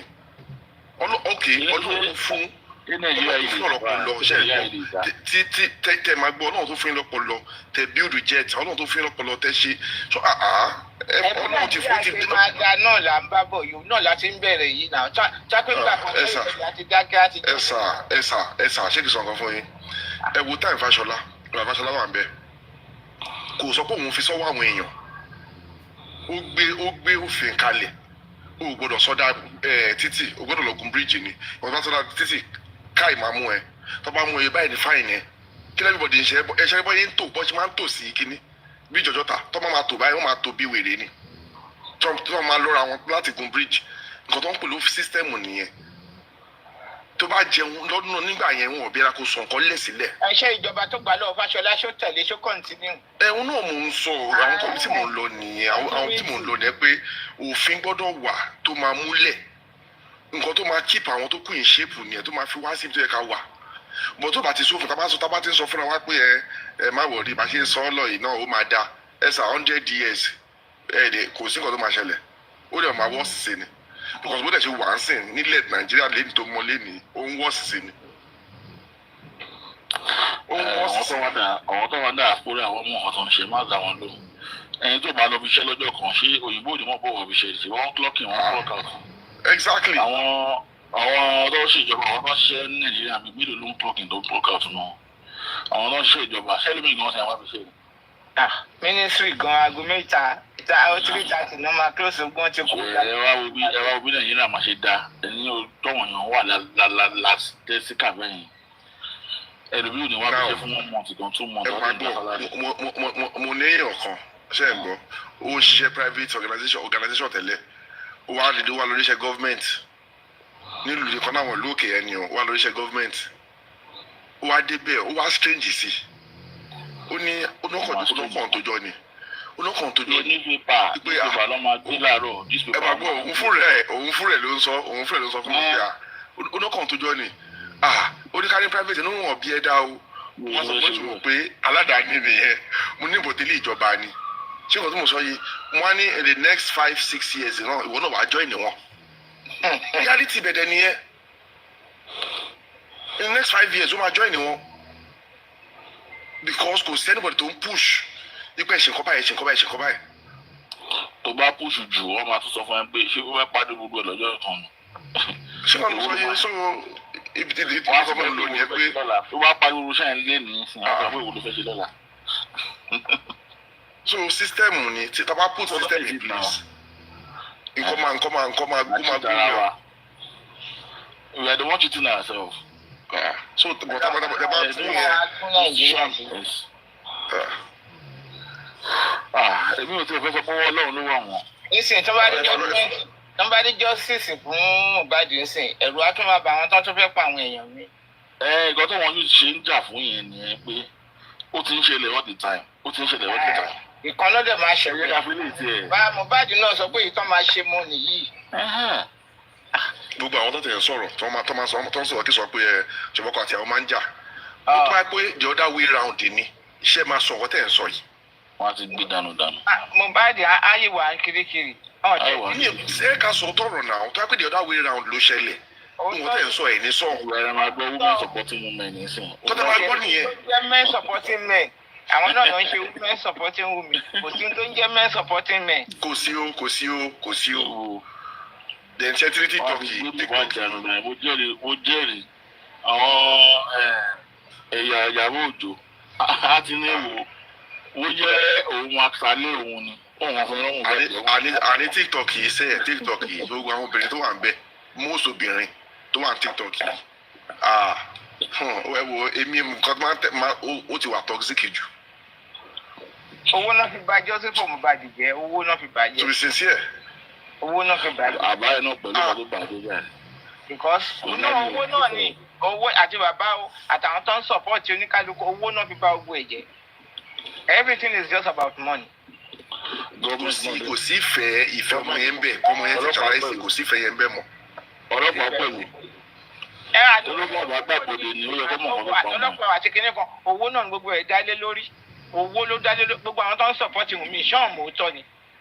ọmọ òótọ́ náà because there are people tó ń fún wọn lówó tó ń rí nǹkan nú ẹ̀. èmi fi hàn pé bàbá ọmọ yẹn ló kọ̀ sí gbogbo wàhálà ẹ̀. bàbá ẹ bá ti ní bàbá ọmọ yẹn ó ti yé yín bẹ́ẹ̀. àwòtọ́ ni. bàbá ọmọ yẹn gangan ló ń fún kọ̀ sí gbogbo wàhálà tó ṣẹlẹ̀. òun ni o. ojú tó kọ tó ń ṣẹlẹ̀. nǹkan tí mi kọ́ mọ̀ ni pé tó bá yẹ pé wọ́n fẹ́ ṣe ẹ̀ lóòótọ́ bí iṣẹ́ kọ́ lọ gbogbo bọ́ọ̀ṣẹ̀ pé ara wọn. ìbọn ló ti gbọ́ sáà pé kéèsì lọ sáàbù. ìlú Fálànà wọn àkéèsì àbí Fálànà ò sí kéèsì. ó jáwọ́ ọ̀dà kó padà jáwọ́. kò jáwọ́ Fálànà ò jáwọ́ ìwà ń bẹ̀rẹ̀. ó jáwọ́ ọ̀dà kó jáwọ́ sẹ́ẹ̀. kò jáwọ́ ó wà ní lọ́yà tó wà lẹ́yìn kéèsì yẹn. ọmọ ọdún mélòó wù mí tó ń fa gbogbo Nàìjíríà tó ń tìwà tó jẹ́ ká sùn. bàbá yẹn náà ló dá kòrónà lẹ̀. ọmọ ọdún mélòó wù mí. mo mọ̀ nǹkan tí mo kọ́ fẹ́ sọ ni pé. ó dẹ̀ mọ oríṣiríṣi tó dá kòrónà lẹ̀ tó mọ̀ pé ọmọ waste time ó ti mọ̀ pé kò easy gbogbo ẹ̀ ní bàbá Fálànà yẹn ló ti mọ gbogbo ẹ̀. nǹkan tí mo kọ́ fẹ́ sọ ni pé ṣe ń gbọ́ gbogbo bọ́ ìjọ ń pera wọn gbogbo àwọn tó pè gbogbo wọn pátá ó yẹ kó gba nọ́mbà gbogbo wọn kó lè ṣe kí ni kọ́ńtrákì gbogbo ẹ̀ lọ sọ́dọ̀ gbogbo jẹ́ ní tiẹ̀ ló ń lò. gbogbo nǹkan tó sọ pátá gbogbo ẹ̀ gbogbo ẹ̀ máa rí gbogbo pátá gbogbo pátá. ìgbà tí yẹ̀mí gbé 3 seconds video jáde tó sọ pé kiri ṣọ́gbà ọgbàgbọ́ ìgbà tó yí pé ọ̀rọ̀ CCTV inú ilé àwọn bàbá Mohbad náà bàjẹ́ àtàwọn Fámúyìwá àwọn náà bàjẹ́. ọmọ mi náà ṣe. àwọn Fámúyìwá nǹkan kan wọ̀nyí náà bàjẹ́. force kan wà níbi kan tó jẹ́ kí everybody mọ̀ nǹkan tó ṣẹlẹ̀. náà nǹkan tí mo máa ń béèrè nsìn kí ló wá ṣe bàbá Mohbad. ìyẹn náà lè jẹ́ ká mọ̀. kí ló wá ṣe bàbá Mohbad nsìn tó gbé lẹ́yìn tó ń ṣe bàbá Mohbad nsìn ni pé ọ̀rọ̀ ti àdúrà tó ti wọ̀ àti ti dàrúṣà. ewu tí ìyẹn kọ́ ni mo sọ o wáyé tó jẹ́ pé sìn ló wá lọ gbé kéèsì Naira Marley àti Sam Larry jáde. àwọn olóòmọ tó ń wá ń bẹ̀ ká máa wò ó ṣe bọ́ ọ̀la náà kan náà fẹ́ dájọ́ yẹn ni. no òun sọ pé ní ìgbà tí ìmọ̀ wọn ló pa ọmọ òun kò yẹ kọ́ yìí dá ẹjọ́ pé wọ́n fi Naira Marley. bọ̀ tí wọ́n dẹ̀ ti fi wọ́n Sam Shittu gangan ti sọ pé atolújára ní agbára àti ṣe tó bá wọn ipe tó bá tó rí evidence kéèsì àwọn abá kéèsì nípa àwọn tó ń ṣe ìlú nìyẹn kọ́dẹ̀ nìṣó ń court straight away. ohun tó ṣẹlẹ̀ ní pọ́fẹ́ fi pa everybody lẹ́nu mọ́ ni but now tí ìlú òde gbà tí ó gba àwọn àgbáyé ò gbà pé irọ́ ni gbogbo àwọn ń fa lọ ni ohun tó fẹ́ fi ṣe ni pé tó bá ti gbọ́ àwọn yẹn lọ́kọ̀ tòṣà ẹ̀dákẹ́ ẹnu yín. àwọn tá à ń try every means láti lè silence everybody ní gbogbo ohun tó ń ṣe yẹn ipò àwọn méjì táwọn rí nìyẹn ó tán ipò bóyá àwọn ìlú adákẹ́ pé wọ́n ti máa tán mú yèrè ká dákẹ́ mọ́ ọ́n dẹ̀ rí pé àwọn èèyàn ò dákẹ́. bàbá Mohbad tó dẹ̀ ń fa nǹkan òun ló mọ ohun tó ń fà Sam Shittu sọ categorically pé Attorney General lágbára nítorí dẹ̀ ní kó ṣe ni tí ó ní kí Sam Shittu ṣe ló ń ṣe torí mi ò rí kọ́ọ̀sì fún pé sẹ́mọ̀ pé ẹ̀ lè win tó Attorney General ní agbára àti ṣe nǹkan tó ń ṣe yẹn. so gbogbo ẹgbẹ́ mi rò ní ti Sam Larry ni pé royalties yẹn nǹkan kan ṣá ló tún lè fà á. ok ó possible. yes pé tó ń bá bẹ̀rẹ̀ sí fa Sam Larry àti Naira Marley á jọ sọ pé a kó owó ọwọ́ ẹ̀ lẹ̀ owó náà gbogbo ẹ̀. owó ni òótọ́ ni because kò sí pé nìyẹn bẹ́ẹ̀. Bàbá kẹ́yìn gbowó tiẹ̀ oúnjẹ òun ní iṣẹ́ ẹ̀ ló ń ṣe nítorí bá dẹ̀ ní kó ṣe ló máa ṣe wọ́n dẹ̀ fẹ́ gba royalty ọwọ́ ní ara Mali so. ọlọ́mọ ẹ̀kọ́ tó ń ṣe léyà.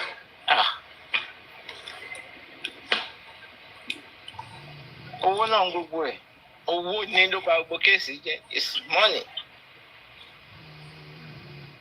ọ̀dẹ̀ lẹ́bí tó dáa àtẹ̀bí ìyá tó bí àtẹ̀bí bàbá tó bí. tó bá lè dọ̀la ẹ máa pariwo church ẹ máa pariwo pastor ní ẹ máa kọ ẹ wo. ọlọ́run wo ló ń ṣe pastor ní bàbá báàgì ní ṣe bá kọrin ní níṣẹ́ tó bó ń lọ ṣọ́ọ̀ṣì.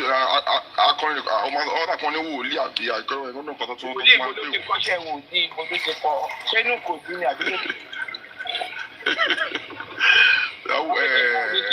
ibi ṣọ́ọ̀ṣì olówó àyàn kan tó sọ́ọ́dì wòlíì kan sọ́ọ́dì wòlíì ní Kòdú. ní ọ̀gá tó lè lò wọ́n kò sọ pé wòlíì kọ̀ọ̀kan. wòlíì ni pásítọ̀ ni nà. ní ọ̀gá tó pásítọ̀ ní kọ́rísítà lòun.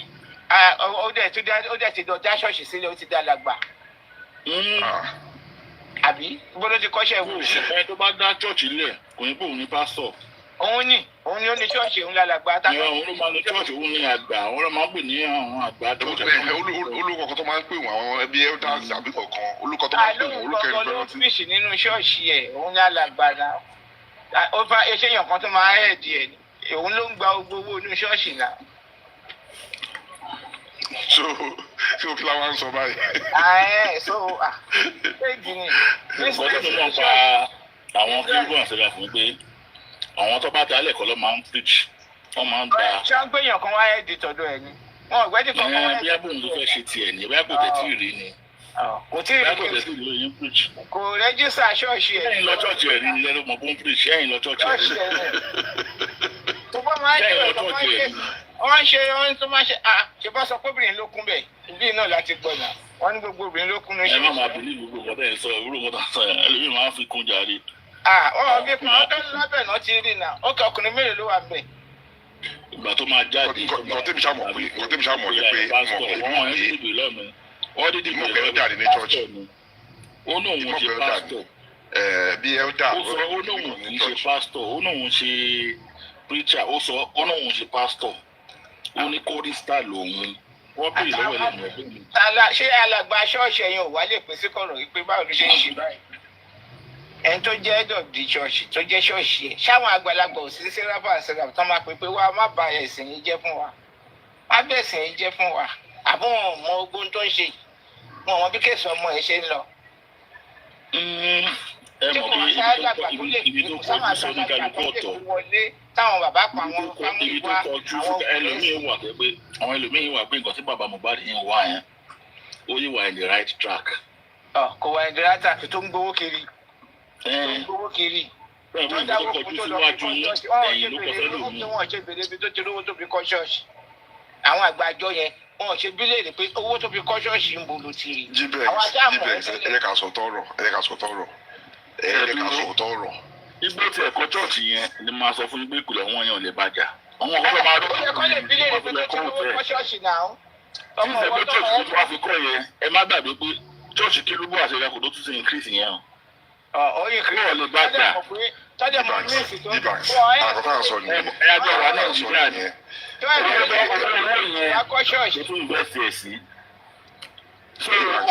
àkọ́tà ń sọ nìyẹn ẹ̀dẹ̀ nẹ́fẹ́ kí ló dà. kó lọ aráàlú ń jìbìtì kó àbí. ọmọ àtúwẹ̀ ẹ̀kọ́ lè jẹ ní kí church yẹn tún lè tóbi sí i kílẹ̀ ń sọ rẹ̀ ẹni ẹgbẹ́ ẹ̀mọ́ Nàìjíríà wọ́n tún máa ẹ̀kọ́ lè jẹ sí kó máa rówó yẹn gbà sí ni. ẹ̀ẹ́dẹ́gbẹ́ ló máa gbà pé gbogbo rẹ̀ ti ń wá kò ní tán. ọmọ àtúwẹ̀ tó fẹ́ ṣí branch ọmọ àtúwẹ̀ owó náà ti fẹ́ dáwó mi. òun náà kò fi ẹ̀ tọ́ mi. owó ló bà Nàìjíríà jẹ́ owó.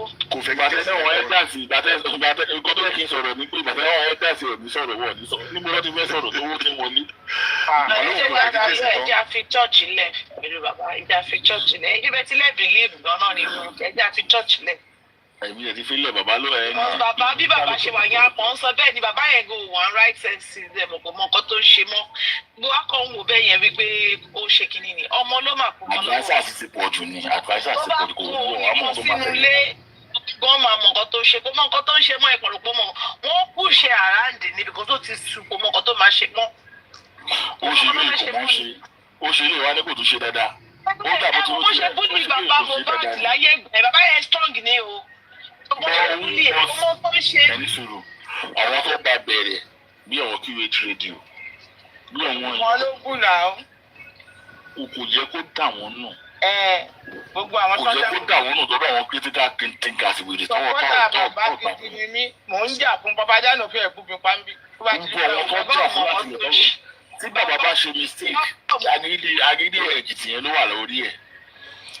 Ẹ̀yin ayé ẹ má bínú mí mo pé kan báyìí ni èmi kan gbàdọ́ ní wọ́n wọṣọ ọmọ ẹ̀ síbí wọ́n yẹn fi bu yẹn bọ̀ tó dẹ̀ wáyé tó máa jáde ó ní bóun ti lè rántí pé àwọn aṣọ yìí. Kò tí ẹ̀ wọ́n ṣe ọmọ ẹ̀ yìí tí ọmọ ẹ̀ ti fún. Ohun ìgbà tó wá ṣàlàyé fún wa ṣe bọ́ àwọn èèyàn tó gba tiẹ̀ padà pé àwọn èèyàn ló tún support ẹ̀ pé òun tẹ̀sán yẹn náà tó. Àbí. Orúgbà tó lọ kọrin yẹn ló lọ kọ bàbá Mohbad sí Mohbad yẹn. Tó fi sọ pé ẹ dánu díẹ̀ gẹ́ dánu dákẹ́ yẹn. Ìgbà yẹn ló ṣe máa ń show attitude ẹ̀. Ńgbà tó ti rí i láti lọ kọrin. Ǹjẹ́ ò fẹ́ kẹ́ mọ̀ tẹ́lẹ̀ tí ń mọ̀. Ṣé máa dúró ní tó ṣe kọ ni? Ṣé máa dúró ní tó ṣe ìdíje?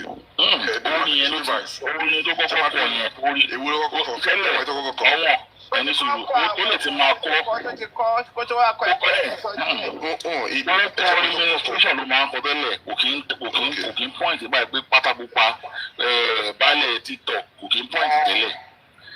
Eléyìí ló wá ti wá point yìí ló sọ mọ̀ bó ti wọnú ayé ni. Ibi tó ti máa ń kọrin evangelist tẹ́lẹ̀ ni. Ìgbà tó sọ̀pọ̀tì ẹ̀ tó ti ń bú.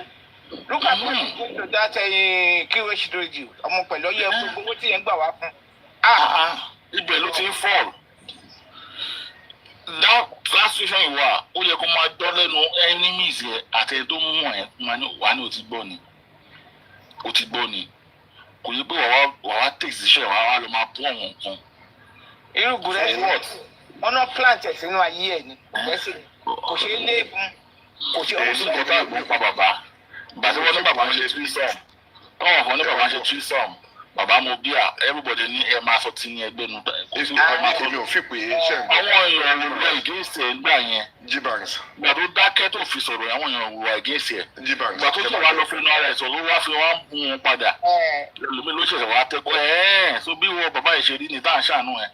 Ibẹ̀ ló ti bẹ̀rẹ̀ sí ń tẹ́. Ẹ ń gbà tẹ́tí mẹ́nu pé yóò yẹ kẹ́ mẹ́nu dé ẹgbẹ́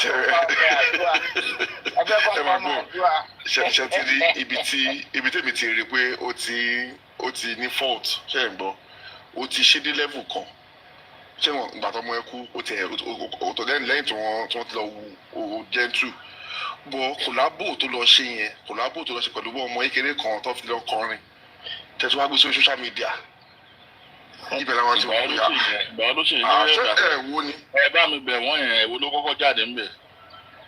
Ìtì tó ti ráàpù tí bọ̀bọ̀ kan bá ti ráàpù tó jọ ráàpù lọ́jọ́. Ẹ bá mi bẹ̀ wọ́n ló kọ́kọ́ jáde. Àwọn orin kan síwájú náà lọ́dọ̀ láti ẹni lágbára ti sinẹ́. Orin general ló ń kọ yẹn orin general kò fún pé anybody ń bẹ̀. Kò gbọ́ anybody. Kò gbọ́ anybody bọ̀wọ́ táwọn sọ ni pé. Mo ṣe ìwé àwọn èèyàn yìí ibi tó ti bẹ̀rẹ̀ sí ń bọ̀ àwọn èèyàn làwọn èèyàn ti bẹ̀rẹ̀ sí ní gbogbo òkè ó lọ join ayé nìyẹn ó ti join ayé nìyẹn. Yes. Ayé ni wọ́n fọ́ pé tó wà yẹn ipò kó má wà dọ̀tí rárá ni pé tó bá máa tapo sálà ẹ̀gbọ́n wọn á máa sá fún wọn ni. Ó wá ṣe bí wọ́n wà frustrated ó wà lọ́mọ ọmọ yẹn ó ti ń bọ̀ wọn yẹn. Bàbá ti dọ̀mọ̀ gbòòrò báyìí òun náà ti bọ́ sí ìgbòho báyìí. Wọ́n sọ pé this is Mohbad's dad. Ó lè mọ̀ pé Mohbad ṣe àwọn fáwọn Mohbad gbọ́n yẹn. Ilé àwọn ọmọ tó ń kọ ilé àwọn ọmọ fáwọn Mohbad fẹ́ gbọ́. Ayé ajá. Ó ti ń kọrin kiri nísìnyí ó ti ń lọ Ìbàdàn ó ti ń lọ sí gbogbo. Ó ti gbà. Táìmù ẹ̀ ní. Táìmù èlò ló fẹ́ pa mí. Èlò ló fẹ́ pa mí. Èlò ló fẹ́ pa. Tó lè lọ pa 500,000 wáyé. Kí ló fẹ́ pa àwọn olófẹ́ pa. Ó máa sọ this is Mohbad dad gidi náà.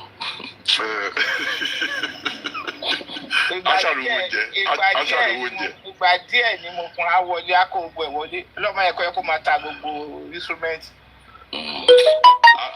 Ariwo oúnjẹ ń bẹ̀ ariwo oúnjẹ. Àdúrà tó ló fẹ́ pọ̀ ní. Àwọn ni ìlú tó tẹ̀ wá ṣe tó wá sí abí mi nù ni ẹ̀wọ̀n ní fíìmù. Ẹ̀wọ̀n ní fíìmù yọ̀ mí lọ. Òun ní fíìmù. Opportunity ṣe gbọ́ opportunity gbogbo wọn wá àtòun àtàdúrà. opportunity yẹn ni gbogbo wọn wá. Sẹ́rí àjẹgbọ́n wọn kú ìwọ ọmọ wọn kú. pé bàbá lè máa jáde láti máa sọ̀rọ̀ pé òun ní fíìmù owó tó yẹ kó wà lábẹ́. God bless you ẹ ti kẹ́rin wà lábẹ́ wọn kó sì jáde síta. àti ẹni ní ẹ̀wà àti ẹni tó ń fẹ́ràn ẹ̀kọ́ ẹ̀kọ́ ẹ̀kọ́ máa gbàdúrà fún àwọn tó tẹ̀ mọ́ ẹ̀rí kan náà ẹ̀kọ́ fún àbọ̀bọ̀. àtìyàwó ọmọ náà yọ gbọ́ aṣọ sí yẹn náà lọ. èèyàn mélòó lẹ́yìn tó fẹ́ bá sọ̀rọ̀ ó sì máa sọ fún mi pé ẹ pẹ̀lẹ́ ẹ̀kọ́ tó ṣẹlẹ̀ sí yẹn mọ́. nísìnyí àwọn ọmọ àgbẹ̀ kíkọ́ kì í ṣe máa gbọ́ ẹ̀lú bàbá mi bá ṣe ń gbọ́ mi. No respect again bí wọ́n ti mọ olóyìn tó jẹ́. tẹ́lẹ̀ bàbá Mohbad wàá fẹ́ bá sọ̀rọ̀ wàá kọ́ kí iná bíi like almost 2 minutes ẹ pẹ̀lẹ́ o àní irú ẹ̀ mọ́ fún ọmọ bẹ́ẹ̀ bọ́ nísìn. àwọn gbogbo àwọn ọmọ òkòdú tán láìkẹ́ ògbọ́n náà ti sá lọ́dọ̀ ẹ̀ pé bàbá ó ti tẹ́ ìgbà tó ti ń wá fírémù kiri. wọ́n ní kó gbogbo àwọn láńlọ́ọ̀dù tán jẹ́ kí ní ládùúgbò ìsìn kò ń kí wọn mọ́ àwọn náà sọ pé fún mọ́tò. ó ti ní fírémù ó ti di international. ṣe ń gbọ́ ṣe ti rí ìjọba mi sọ wípé ilé tó ń tọ̀ ti wá ó má ta tẹ bá wo máa yẹn ṣe ń gbọ́ èmi fíò pé ìgbà tí sídẹ́ǹtì Mohbad yẹn ó yẹ kó pa àwọn ẹbí ó yẹ kó láwọn ẹbí àwọn ẹbí ọdún kò lẹ́bí kankan tó ń tẹ̀lé. ẹ̀hún ẹgẹ́ ọ̀tún mo sọ fún mi.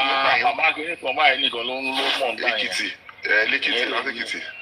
ìyẹn dẹ̀ ni ó ti dẹ̀ sẹ́yìn ní ìyẹn gan. gbogbo àwọn tó jọ́ rẹ̀ ní kò dúró gbọ́n ló ti yẹ̀ fún hàn lówó lọ́wọ́ bíi tiẹ̀ mọ́.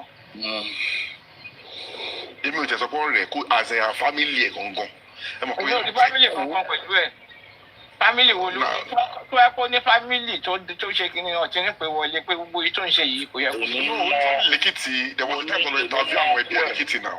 àwọn wà tó yẹ pé wọ́n lọ interview lẹ́kìtì náà àwọn ìyá àgbà tó ń lo Èkìtì. mi ní ọkùn kan èmi tẹ̀ ní ọkùn kan kìtù ọ̀rẹ́ ẹ̀ tímọ́tímọ́ ní ọ̀rẹ́ bàbá Mohbad tó bá sọ̀rọ̀ ara wọn báyìí mákànmáríà yìí wọ́n ṣayé wọ́n jọ tí wọ́n ṣe gbogbo ọmọ ìyẹn gbọdọ̀ jọ ń ṣe ṣé irú ìgbà tí òun tó ṣẹlẹ̀ ní bàbá Mohbad ṣe calm down mo kò sí lè tán lára bàbá yẹn jayé èèyàn kan ni. exactly ẹ má ti mọ̀ náà. but unfortunately kò mọ̀ pé attention tó máa rí yìí kò mọ̀ pé òun máa gain attention bẹ́ẹ̀ yẹn. ó ti ń lọ studio ó ti ń lọ sí àwọn international ó ti lọ sọ̀rọ̀ so oníyẹn ti ó ti yọ pọlọ ẹ̀ pé ṣé mi lọ tún wá báyìí so ó ti jẹ́ kó ti mọ̀ ó ti ń wọ náà pọlọ pé yes tóun náà bá ti di òun náà ti ń di star nìyẹn láì mọ̀ pé àwọn tó ń ṣàánú ọmọ yẹn tó ń wá justice ọmọ yẹn àwọn tó ń wá justice ọmọ yẹn ó ń yẹ kó tiẹ̀ máa rí àánú gbà ó yẹ kó tiẹ̀ máa rí pé wọ́n ti ń pọ́n pa ẹ̀. ìyẹn ni ò mọ̀ òun fún ẹgbẹ́ àwọn èrò tó ń rí àwọn organic fan tó máa fẹ́ gbọ́ music òun ni kò dẹ̀ mọ̀ pé àwọn èèyàn tó ń rí tó ń pè é lẹ́ẹ̀mẹwàá torí ọmọ ẹ̀ wọ́n ṣe ń pè é torí Mohbad ni but unfortunately òun náà fẹ́ disturb bàbá dondo. kò mọ bó ṣe ń kọrin. ó wá tó wá kọrin gidi ló lè fi disturb àwọn orin èébú ló wá lọ ń kọ. ẹ bá mi bọ̀ wọ́n. ó bẹ̀rẹ̀ orin ṣíwájú ẹ̀ṣọ́ tí ìríta music industry náà ló pè bẹ́ẹ̀. akọ̀wọ̀ jáde. ẹ bá mi bẹ̀ wọ́n ẹ bá mi bá láṣẹ ìdìbò jẹ àwọn ọmọdé ti filẹ̀ sí wọn tẹ wá bẹ̀ mọ́ bẹ̀rẹ̀ bẹ̀ tó bẹ̀ẹ́ sí lọ́wọ́ yẹn tẹ wá gbọ́ ẹ mọ́. ohun tó wá connect ní ta ló wò mọ́. tó bá dé kìtìkìtì àwọn eléré á sára ó rò pé mísíkì náà kó lọ́bẹ̀rẹ̀ àwọn tó ọ̀rọ̀ aláṣíwájú tó bẹ̀rẹ̀. ní bó ṣe tákù gáì kan tó bá ya píkṣọ̀ ní àwọn Nollywood ní ọ̀hún ní kó má kó wà láwọn sí Nollywood fún wọn. ọ̀nà nọ́mádì ìjọba Mohbad bá yọ àṣìṣe àrùn ìjọba yẹn ó yẹ kó máa sá ni tẹ́lẹ̀ wọ́n máa gbọ́ bá use him kápẹ́ntà nìkan kó ló mọ̀ bàbá Mohbad náà lè act ẹ fi ilé ikú bá yá ẹ mọ̀ sí pátì yẹn wà bẹ̀ tẹ́lẹ̀ bonisin no emotions again o. ó lọ kó bá ní ẹ má jẹ́ wá kó bá wa o. ẹ má yẹ kó bá wa o. bọ̀bọ̀ yẹn ti kó nídìí jáde ní pé fíìmù tó ti jáde lóhùn sí market ẹ fẹ́ bàjẹ́ àwọn èèyàn fẹ́ bọ ikọ́ tí fíìmù tó ti jáde. ó ti jáde láì pé bàbá Mohbad kàn kọjá ni o ó kàn kọjá ni o láti o. wọ́n ti lọ tètè delete sí tó wà. Why is it not deleting sin tó wà pé wọ́n wà kó bá mi? Àṣẹlẹ̀ yáwó lọ́wọ́ mákẹ́tà ni. Ọbẹ̀ kó kú tàbá ṣe jẹ lẹ́nu. Ó ti tẹ̀ náà, máa náà ti tẹ̀ Ọlọ́run, ó dùn mí gan. Ẹ bá rí báwọn èèyàn ṣe like máa ń tẹ́lẹ̀. Láìkẹ́ o, àlẹ́ mi gangan fúnra mi sẹ́ èmi gangan. Gbogbo àwọn aláàánú ẹ̀ wá di ọ̀tá ẹ̀. Lórí pé náà. Mo ṣáìdì ẹ̀ bàjẹ́, Papadano mo máa. Ó tiẹ̀ má tiẹ̀ sọ̀rọ̀ rárá, ó rọra keep quiet látijọ́ ẹ̀. Kò yẹ kó ti àtìyá àti bàbá kò yẹ kó tẹ̀ tí jáde rárá tó ń ṣòṣì kiri. Àwọn ṣòṣì. Àwọn fírèmù kiri. Ọmọ 27-year-old. Káì. Ìgbàlẹ̀ tí mú pregnant wọn wà náà, ẹlòmíràn tó ń wáyé tó máa blame látijọ́ ẹ̀. Àti wáyé tó máa blame pé òun ló ṣekú pa ọmọ ẹ̀. Àti wáyé tó máa blame. Owó tí ẹ wà ní sùúrù pé ká tẹ̀ ọkọ blame ẹ̀ kan.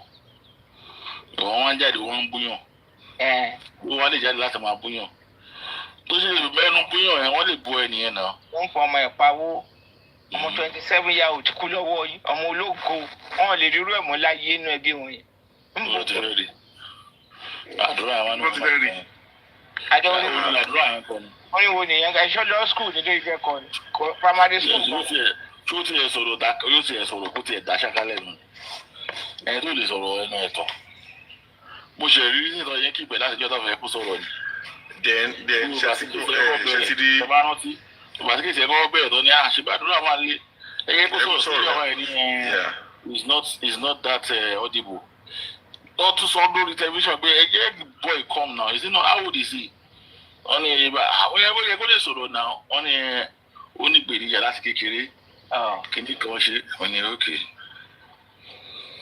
Ìgbà tí mo lè máa ní tó ní gbèdéjà láti kékeré náà ìwé rárá ẹ̀ òun ni Mohbad ló kọ̀ọ̀kan kiri orin tó ní bí Instagram America bí Mohbad ló rí kọ́ọ̀dù nìyẹn tó ní voice Mohbad. Gbanks ẹ ti rí drugs tó ń mú yìí tí wọ́n tó ń lò yìí wọ́n ń kó bá wọn gan-an. Àwọn fìgbé náà bá lo drugs yẹn wọn ní inspiration ni. Wọ́n ń kó bá wọn gan-an. Kójú má bàa tì wọ́n ni. Ó dẹ̀ wọ́n máa ń lo inspiration ni. Ṣé ní laughing gas ṣe rí àwọn wọn ní fáànì tiwọn àwọn wọn ní ẹgbẹ́ kìnnìkan wọ́tọ̀. Ẹgbẹ́ yẹlẹyẹ wọn náà ni. Àwọn oníkan wà tí kò bá di kọ́tẹ́gbẹ́ mi ò lè láyé lákọ́ lè mi. Àwọn oníkan dẹ̀ wà tí mo mọ̀ bó ní mí nì. Ẹ máa wo ohun tó kọ ẹ ti peace tó kọ ẹ̀yẹn ní mi pé they follow me màá jẹ́ kọ́ mú mi. Àwọn yẹn yìí dá ó make sense. Wá máa gbọ́ ohun tó ní orúkọ máa fún ma ó dá mi lánàá kò máa díẹ̀ sùn kò máa díẹ̀ sùn wọn yẹn sì mi lè bá wọn yẹn lè kọ́. Àwọn tó ń kọ́ fún. So uru fan ló fẹ́ please tó lè máa rìn tó máa fẹ́ mú ìmúkúmu tó máa mú yẹn. Lamba ṣètìrí wọn àṣà yẹn ó fẹ́ máa kó ló fẹ́ máa rọ́ọ̀tì tó máa fún music. Ṣé ẹ gbọ́ ìmúkúmu yẹn? Ó máa dá àìmọye youth Nigerian youth ó máa dá wọn padà sẹ́yìn gidigidi. Ó tẹ̀ tí dá wọn padà ní ìpínlẹ̀ Èkó. Ó ti dá wọn padà. Àwọn ọ̀rẹ́ tẹ̀bi yẹrí laughing gas ẹ̀ sọ yẹn sí àwọn àti mọ̀ ti pẹ́ ìgbà tí mo wà secondary school mo ti mọ̀. In fact teacher wa gbà yẹn ó fi ṣe experiment fún wa ní chemistry òyìnbó mákìní nìyẹn bó. Ó ní bí expose fún wa class ni. Wọ́n lọ expose yẹn gbogbo wọn ṣe bákan ó ní wọn wọ pé this is laughing gas wọ́n wọ àwọn gbẹ̀gàn báyìí ni àtìgbàlẹ̀ ti tì ó bẹ̀rẹ̀ ló ti stop pé there is something we call laughing gas. Ló máa wá kiri pé a fẹ́ wá laughing gas. Nǹkan tí n fẹ́ sọ fún yín náà nìyẹn pé kí ọmọ wa yóò sì Gen-Z àwọn Gen-Z ìwàkúwà lọ́wọ́ àkan bẹ̀rẹ̀ lọ́wọ́ àwọn ń pò ní. Ìgbà tó ń níṣẹ́ owó òjijì náà ń wá. Kò sí owó òjijì náà ń wá. Ṣé ti rí àwọn tó ń ta kẹ́míkà ṣùgbọ́n Ọlámilé ló kọ́wọ́kọ́ tó ní ẹnìkan kẹ́míkà ẹ̀yìn science student. Wọ́n ti po kíní kan pọ̀. Àwọn ti po kíní kan pọ̀ kí báyìí lọ́ọ́ ti kọ́kọ́ fi bẹ̀rẹ̀ nígbà ayé ìgbà yẹn kí rẹ́ẹ̀dì báyìí wọ́n máa ń pè. Ẹ̀fọ́ síkì tá a fi ń lẹ bàtà wọn náà tún ń mú yẹn náà. Wọ́n máa fi sí mu. Àwọn scientist yẹn ló ń discover ẹ̀ kó máa iná ti mílì mi mọ́tò tí ń ṣe gbogbo wọn bẹ́ẹ̀ tẹ́lẹ̀. Ló ń ṣe àná. Wọ́n máa fi sí mu ni. Tẹ́lẹ̀ ìkọta ní ìsàlẹ̀ òjò ọtí lọ ọtí sìgá. àti igbó tó ti lé ju bó ti wà. òun tó lé jù ní igbó láyé ìgbà yẹn. dèndé ọmọ tó bá mú gbó láyé ìgbà yẹn. àwọn tramadol àwọn traimọ. àlọ́ ọmọ tó bá mú gbó láyé ìgbà yẹn. ọmọ tó bá ti mú gbó láyé ìgbà yẹn. àwọn kì í mu ọtí àràmù ni fún wọn gbìn. sọtọ́ àwọn bá fẹ́ háì níbí tramadol yẹn lọ́ máa ń lò traimọ. Èmi kan wá sáàbù nílẹ̀ Haúsá. Mo ṣe mọ̀kọ́ tó pè tramadol. Mi ò mọ̀kọ́ tó pè tramadol Yorùbá fún fún Ògùn kọ́ ni tramadol yẹn ògùn kọ́ ni. Mi ò mọ̀kọ́ àwọn máa ń lù ìṣúṣẹ̀. Even ògùn ikọ́ Benylin gbogbo ọ̀gọ́ bẹ́ẹ̀ bí mo ti gbọ́dọ̀ máa fi kú. Wọ́n máa ń kó sínú coke inú mi. Nǹkan tó wọ́n fi ń háì nìyẹn. Bọ̀dọ̀ ọ̀rọ̀ ti wa àbò ṣe àràmọ̀ ọtí. Benylin with codeine. Tẹ́bá máa bọ́lẹ̀ sí ìtàlẹ́ ẹ̀ kó tó mọ̀ wá tẹ́lẹ̀ wọn bọ́ ìtọ́ ti gádà tó ti ń mu àgbo jẹ̀dí. Ìjẹ̀dí dẹ̀ni ṣe táwọn ọmọ tó bá fagbó ṣe ń gbọ́ àwọn tó bá ti ní kó ń fagbó yẹn a máa ń kó wọn sẹ́gbẹ̀ẹ́ ni àwọn eléyìí. Tí wọ́n ojú jẹ̀dí lọ táwọn bá ti ń ṣe bọ́ọ̀sì tí wọ́n náà wọ́n máa gbọ́ inú stainless lọ́ máa wọ̀n fún ẹ sí báyìí àwọn afọwọ́ bò so that ilé ọ̀dẹ́ eṣinṣin ní kò sí àwọn ẹni tó ní kò sí. ìgbà táwọn amọ̀ ń gbà yẹn nìyẹn bọ̀gbà tí Ọlámídé wá jáde tó ní àwọn ọmọ science student tó ti ń gbé kọ́ọ̀pù rẹ̀ dé báyìí ìgbẹ́dá ti wọ̀ wọ́n ti po kẹ́míkà pọ̀. wọ́n ti po kẹ́míkà pọ̀ ìgbè lọ́wọ́ yẹn wọ́n ti ń já sí gòkè yàtọ̀ sí ọtí mímu yìí àwọn kan wà tó lè jẹ́ kí ọ̀yàn tó wáyé ìgbẹ́ ló ti wọ̀ ẹlẹ́mọ̀ gbogbo sọ̀rọ̀ náà tó wọ south west owó wà. Àmàgbàsódì ni. Àgbàsódì straight ni. Àwọn àmújọ àwọn Haúsá gan lọ. Ètò tẹ̀wá pa wọ́n jù ní ìtàn pè ní ṣéun náà ní ice tó máa ń jẹ́ kó gbẹ yẹn. Ice lórí ọmọ bẹ́ẹ̀ yẹn ice nìyẹn ti bẹ̀rẹ̀ ice òkúmèrè kíní kan òkúmèrè lápẹ̀ ní ice. Pú kíní kan nàbí. Bẹ́ẹ̀ tó mọ̀ ó ti wọ Èkó àwọn ẹ̀ ti bẹ̀rẹ̀ sí ń fa ìpínyà ilé náà tó wà òkè. Gbogbo ẹ̀ náà tẹ̀sí lọ́ máa ń tẹ̀sí ẹ o. Ẹlòmíì tó ń fa ilé ìtẹ́lẹ̀ rẹ̀ wọ́n máa kọ̀ tẹ̀sí ẹgbẹ́ yẹn. Mo ṣe mọ̀ pé ní east ẹ̀mọ̀ kan ti báàní kíní ẹ̀ ní east. Wọ́n ti báàní àwọn àtọ́ máa ń lé wọn tó máa ń nà wọn gan. Wọ́n ti báàní ẹ̀ tọ́ni ìkan lò ó dàpọ̀ lọ padà bẹ́ àbí kankan lẹ́yìn tó lò kíní yẹn tán. Ṣé náà wọn lè kó ni tẹ́ pé wọ́n bá ti mú tó àwọn máa di ṣìgìdì sí àárín ìgboro onílé ìrìn wọn. Wọ́n máa di ṣìgìdì sí bẹ́ẹ̀ báyìí wọ́n kàn máa dúró báyìí wọ́n máa bẹ́ǹdì báyìí níwọ̀n ní. Ṣáyé nìyẹn báyìí. Báwọn aṣáájú wa. Sọ ni ìjọba dẹ̀ dúró ẹ̀dẹ̀ wọ́n ti ẹ̀kọ́ ìwé bóyá dúró yẹn sẹ́yìn ọlọ́kà àtàkùnrin lè máa bọ̀ lẹ́yìn ẹ̀kọ́ gbé àìsàn kọ́ kú dànù. Nǹkan tó ń dùn mí ni pé àwọn ìjọba dẹ̀ ń rí gbogbo kìíní yẹn. Àwọn rí ẹ̀ẹ́dẹ̀ lè lórí. Ẹ bá wọn jẹ́ fẹ́ ṣe ẹ̀gbọ́n. Gbogbo àwọn tó ń rí tí wọ́n travel out kí ló ṣe. Ṣé ẹrù bá dùnú wọn ni gbogbo àwọn brain gbogbo àwọn sẹ́ẹ̀tì mi kájọ ṣe tán ní yunifásitì gbogbo wọn ti travel out tán. Now kí ló wá fẹ́ kù kọ́ńtà sọ̀rọ̀ ni kí ló wá fẹ́ kù sílé àwọn tó yẹ kó tún jẹ́ best brain ẹ máa gbọ́ àwọn tó yẹ kó tún dìde àwọn tó ń ṣe dáadáa. a máa ṣe zoom meeting a fẹ́ ṣe zoom meeting ní next week àwọn sẹ́ẹ̀tì mi 90% àwọn best brain wa they are abroad medical doctor neurosurgeon. nǹkan tẹ̀ ń sọ mo agree gẹ́gẹ́ nǹkan tí mo sọ sẹ́ẹ̀tì ẹ̀yìn tó bá lọ àwọn tó ń bọ̀ lẹ́yìn ẹ̀yìn ni mo tún ń sọ yìí.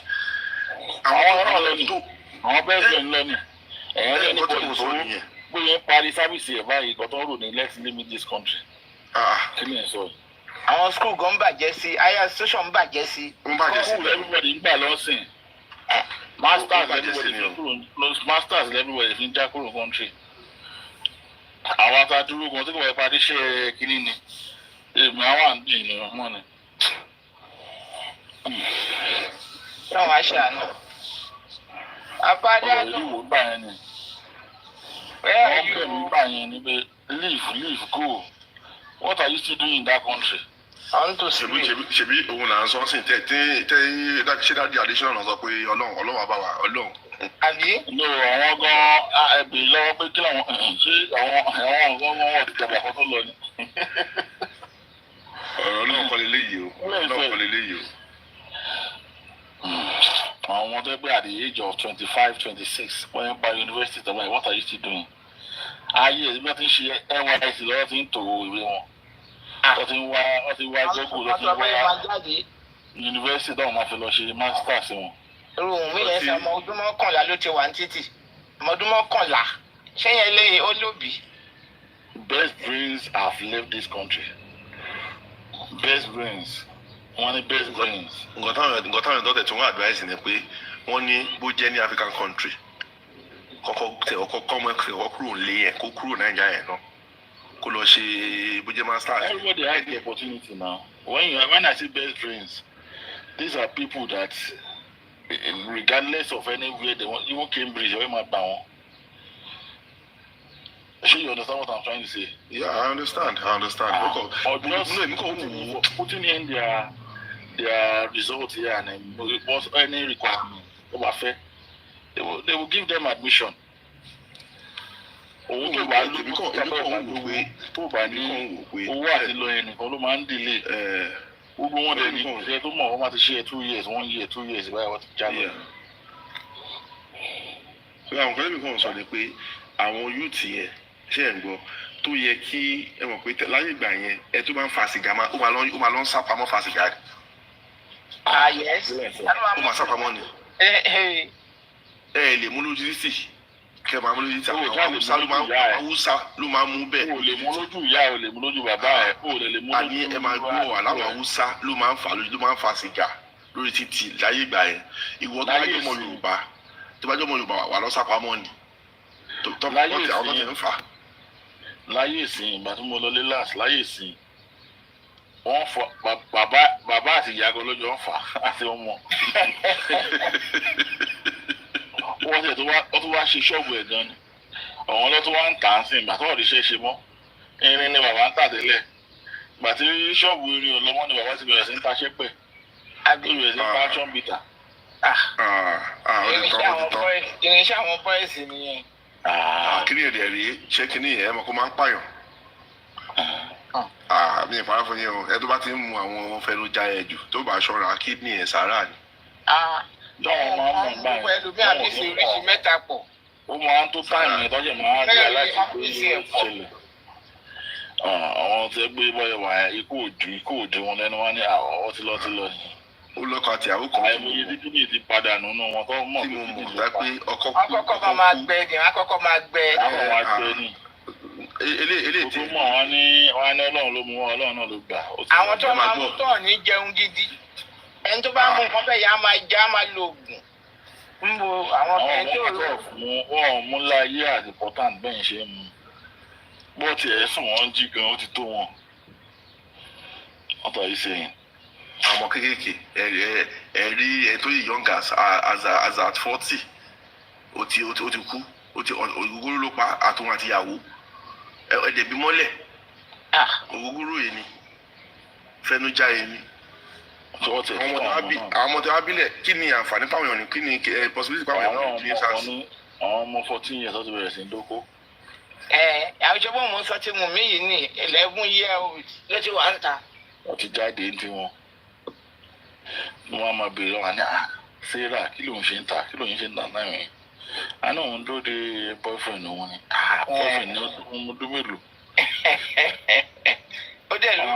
Àwọn tó fi mí máa ṣe yẹ̀yẹ́ pé àbọ̀dà rẹ̀ ti já sí. Ilẹ̀ Haúsá tẹ̀wọ̀n yẹn rẹ̀ tí mo wé ń lọ. Mi ní Àbújá ní ilẹ̀ Haúsá wọ́n ti tọ́ ń gbọ̀n yẹn. Wọ́n ní èmi ò tí ì já sí. Ẹ̀wọ̀n tó ní gbé mi débẹ̀ o, wọ́n ní gbé mi débẹ̀ nǹkan. Oríṣiríṣi ni. Oríṣiríṣi ló wà ọtí lọ́nà gbẹgbẹ́ níbẹ̀. Ọtí ni. Àwọn tó ń produce kìíní. Àwọn ti lè ṣí kìíní ẹ̀ báyìí. Wọ́n máa ń dà lẹ́ẹ̀kan náà ni gírígírí ọmọ tó sọ nù. Nǹkan tó ṣe ń dà nǹkan táwọn àbókí ṣe máa dà bẹ́ẹ̀ ni pé wọn ò fẹ́ kí wọ́n kà mọ́ ọ lọ́wọ́ ìkíní. Ẹ̀yin tó tún wá mú tó ìtọ́ọ̀sẹ̀ tó ń lé ẹ̀ tó máa mú bẹ́ẹ̀ náà. No, we are honestly things are we are sitting on the keg of gunpowder. Honestly. Alone. Because when I think about all these things. Paparino want to sleep. Daro. Kó lọ sùn. òun ló fún wa pọ̀ òun yàn kó wá sọ̀rọ̀ ó dẹ̀ ti lọ́wọ́ òun ìṣòro ẹ̀dá ti sọ̀rọ̀ lálẹ́. Èmi gan fẹ́ sùn. Mo gan fẹ́ sùn báyìí ni. 11 la wà báyìí. Wọ́n ti wà ní tó 5 ní ayé Nàìjíríà. tó 5 wọn. 11 la wà níbí. Ọ̀làjẹ́ Sátọ̀dé lọ. Kò sẹ́ni tó ń lọ bí iṣẹ́ ń bí ilé ni. Sátọ̀dé lọ. Ọ̀dọ́ wọn máa lọ bí iṣẹ́ yẹn gan báyìí 10 o'clock wọ́n ti close. Tèmi dàrọ̀ mi ò fi nílẹ̀ o. Àwọn náà fi nílẹ̀ o. Ó dáhùn náà èmi náà ti fẹ́ pa láìpẹ́ ẹ ṣeun. Paparino, thank you very much. Alright, kẹ́tẹ́kẹ́. Ó dáhùn. Dàrọ̀. Any inquest máa parí lẹ́yìn so àánú abẹ́lọ́múra sí inquest. Yes, I'm be happy to see you there. No, èmi kẹ́ mo fẹ́ lọ ṣe ń bẹ̀ ṣe àwọn tó wà emotional ṣé mo fẹ́ lọ bọ́ sínú emotional thought wọn ni mo kọjá yé mi nǹkan tí ò bá serious ṣé mi ò rí seriousness ń bẹ̀ náà àwọn tó ń bóyún tó ń ṣe òṣì kiri kí n náà kí wọ́n lọ kóra mi sí wọn láàrin kí mo wá kí mo sọ fún ilé tí mo ṣe ní ìbáwí tó tó mi pé nǹkan tó ju báyìí lọ àjẹkù wàhálà nìyẹn. Good night, everybody. Okay. Paparino, good night.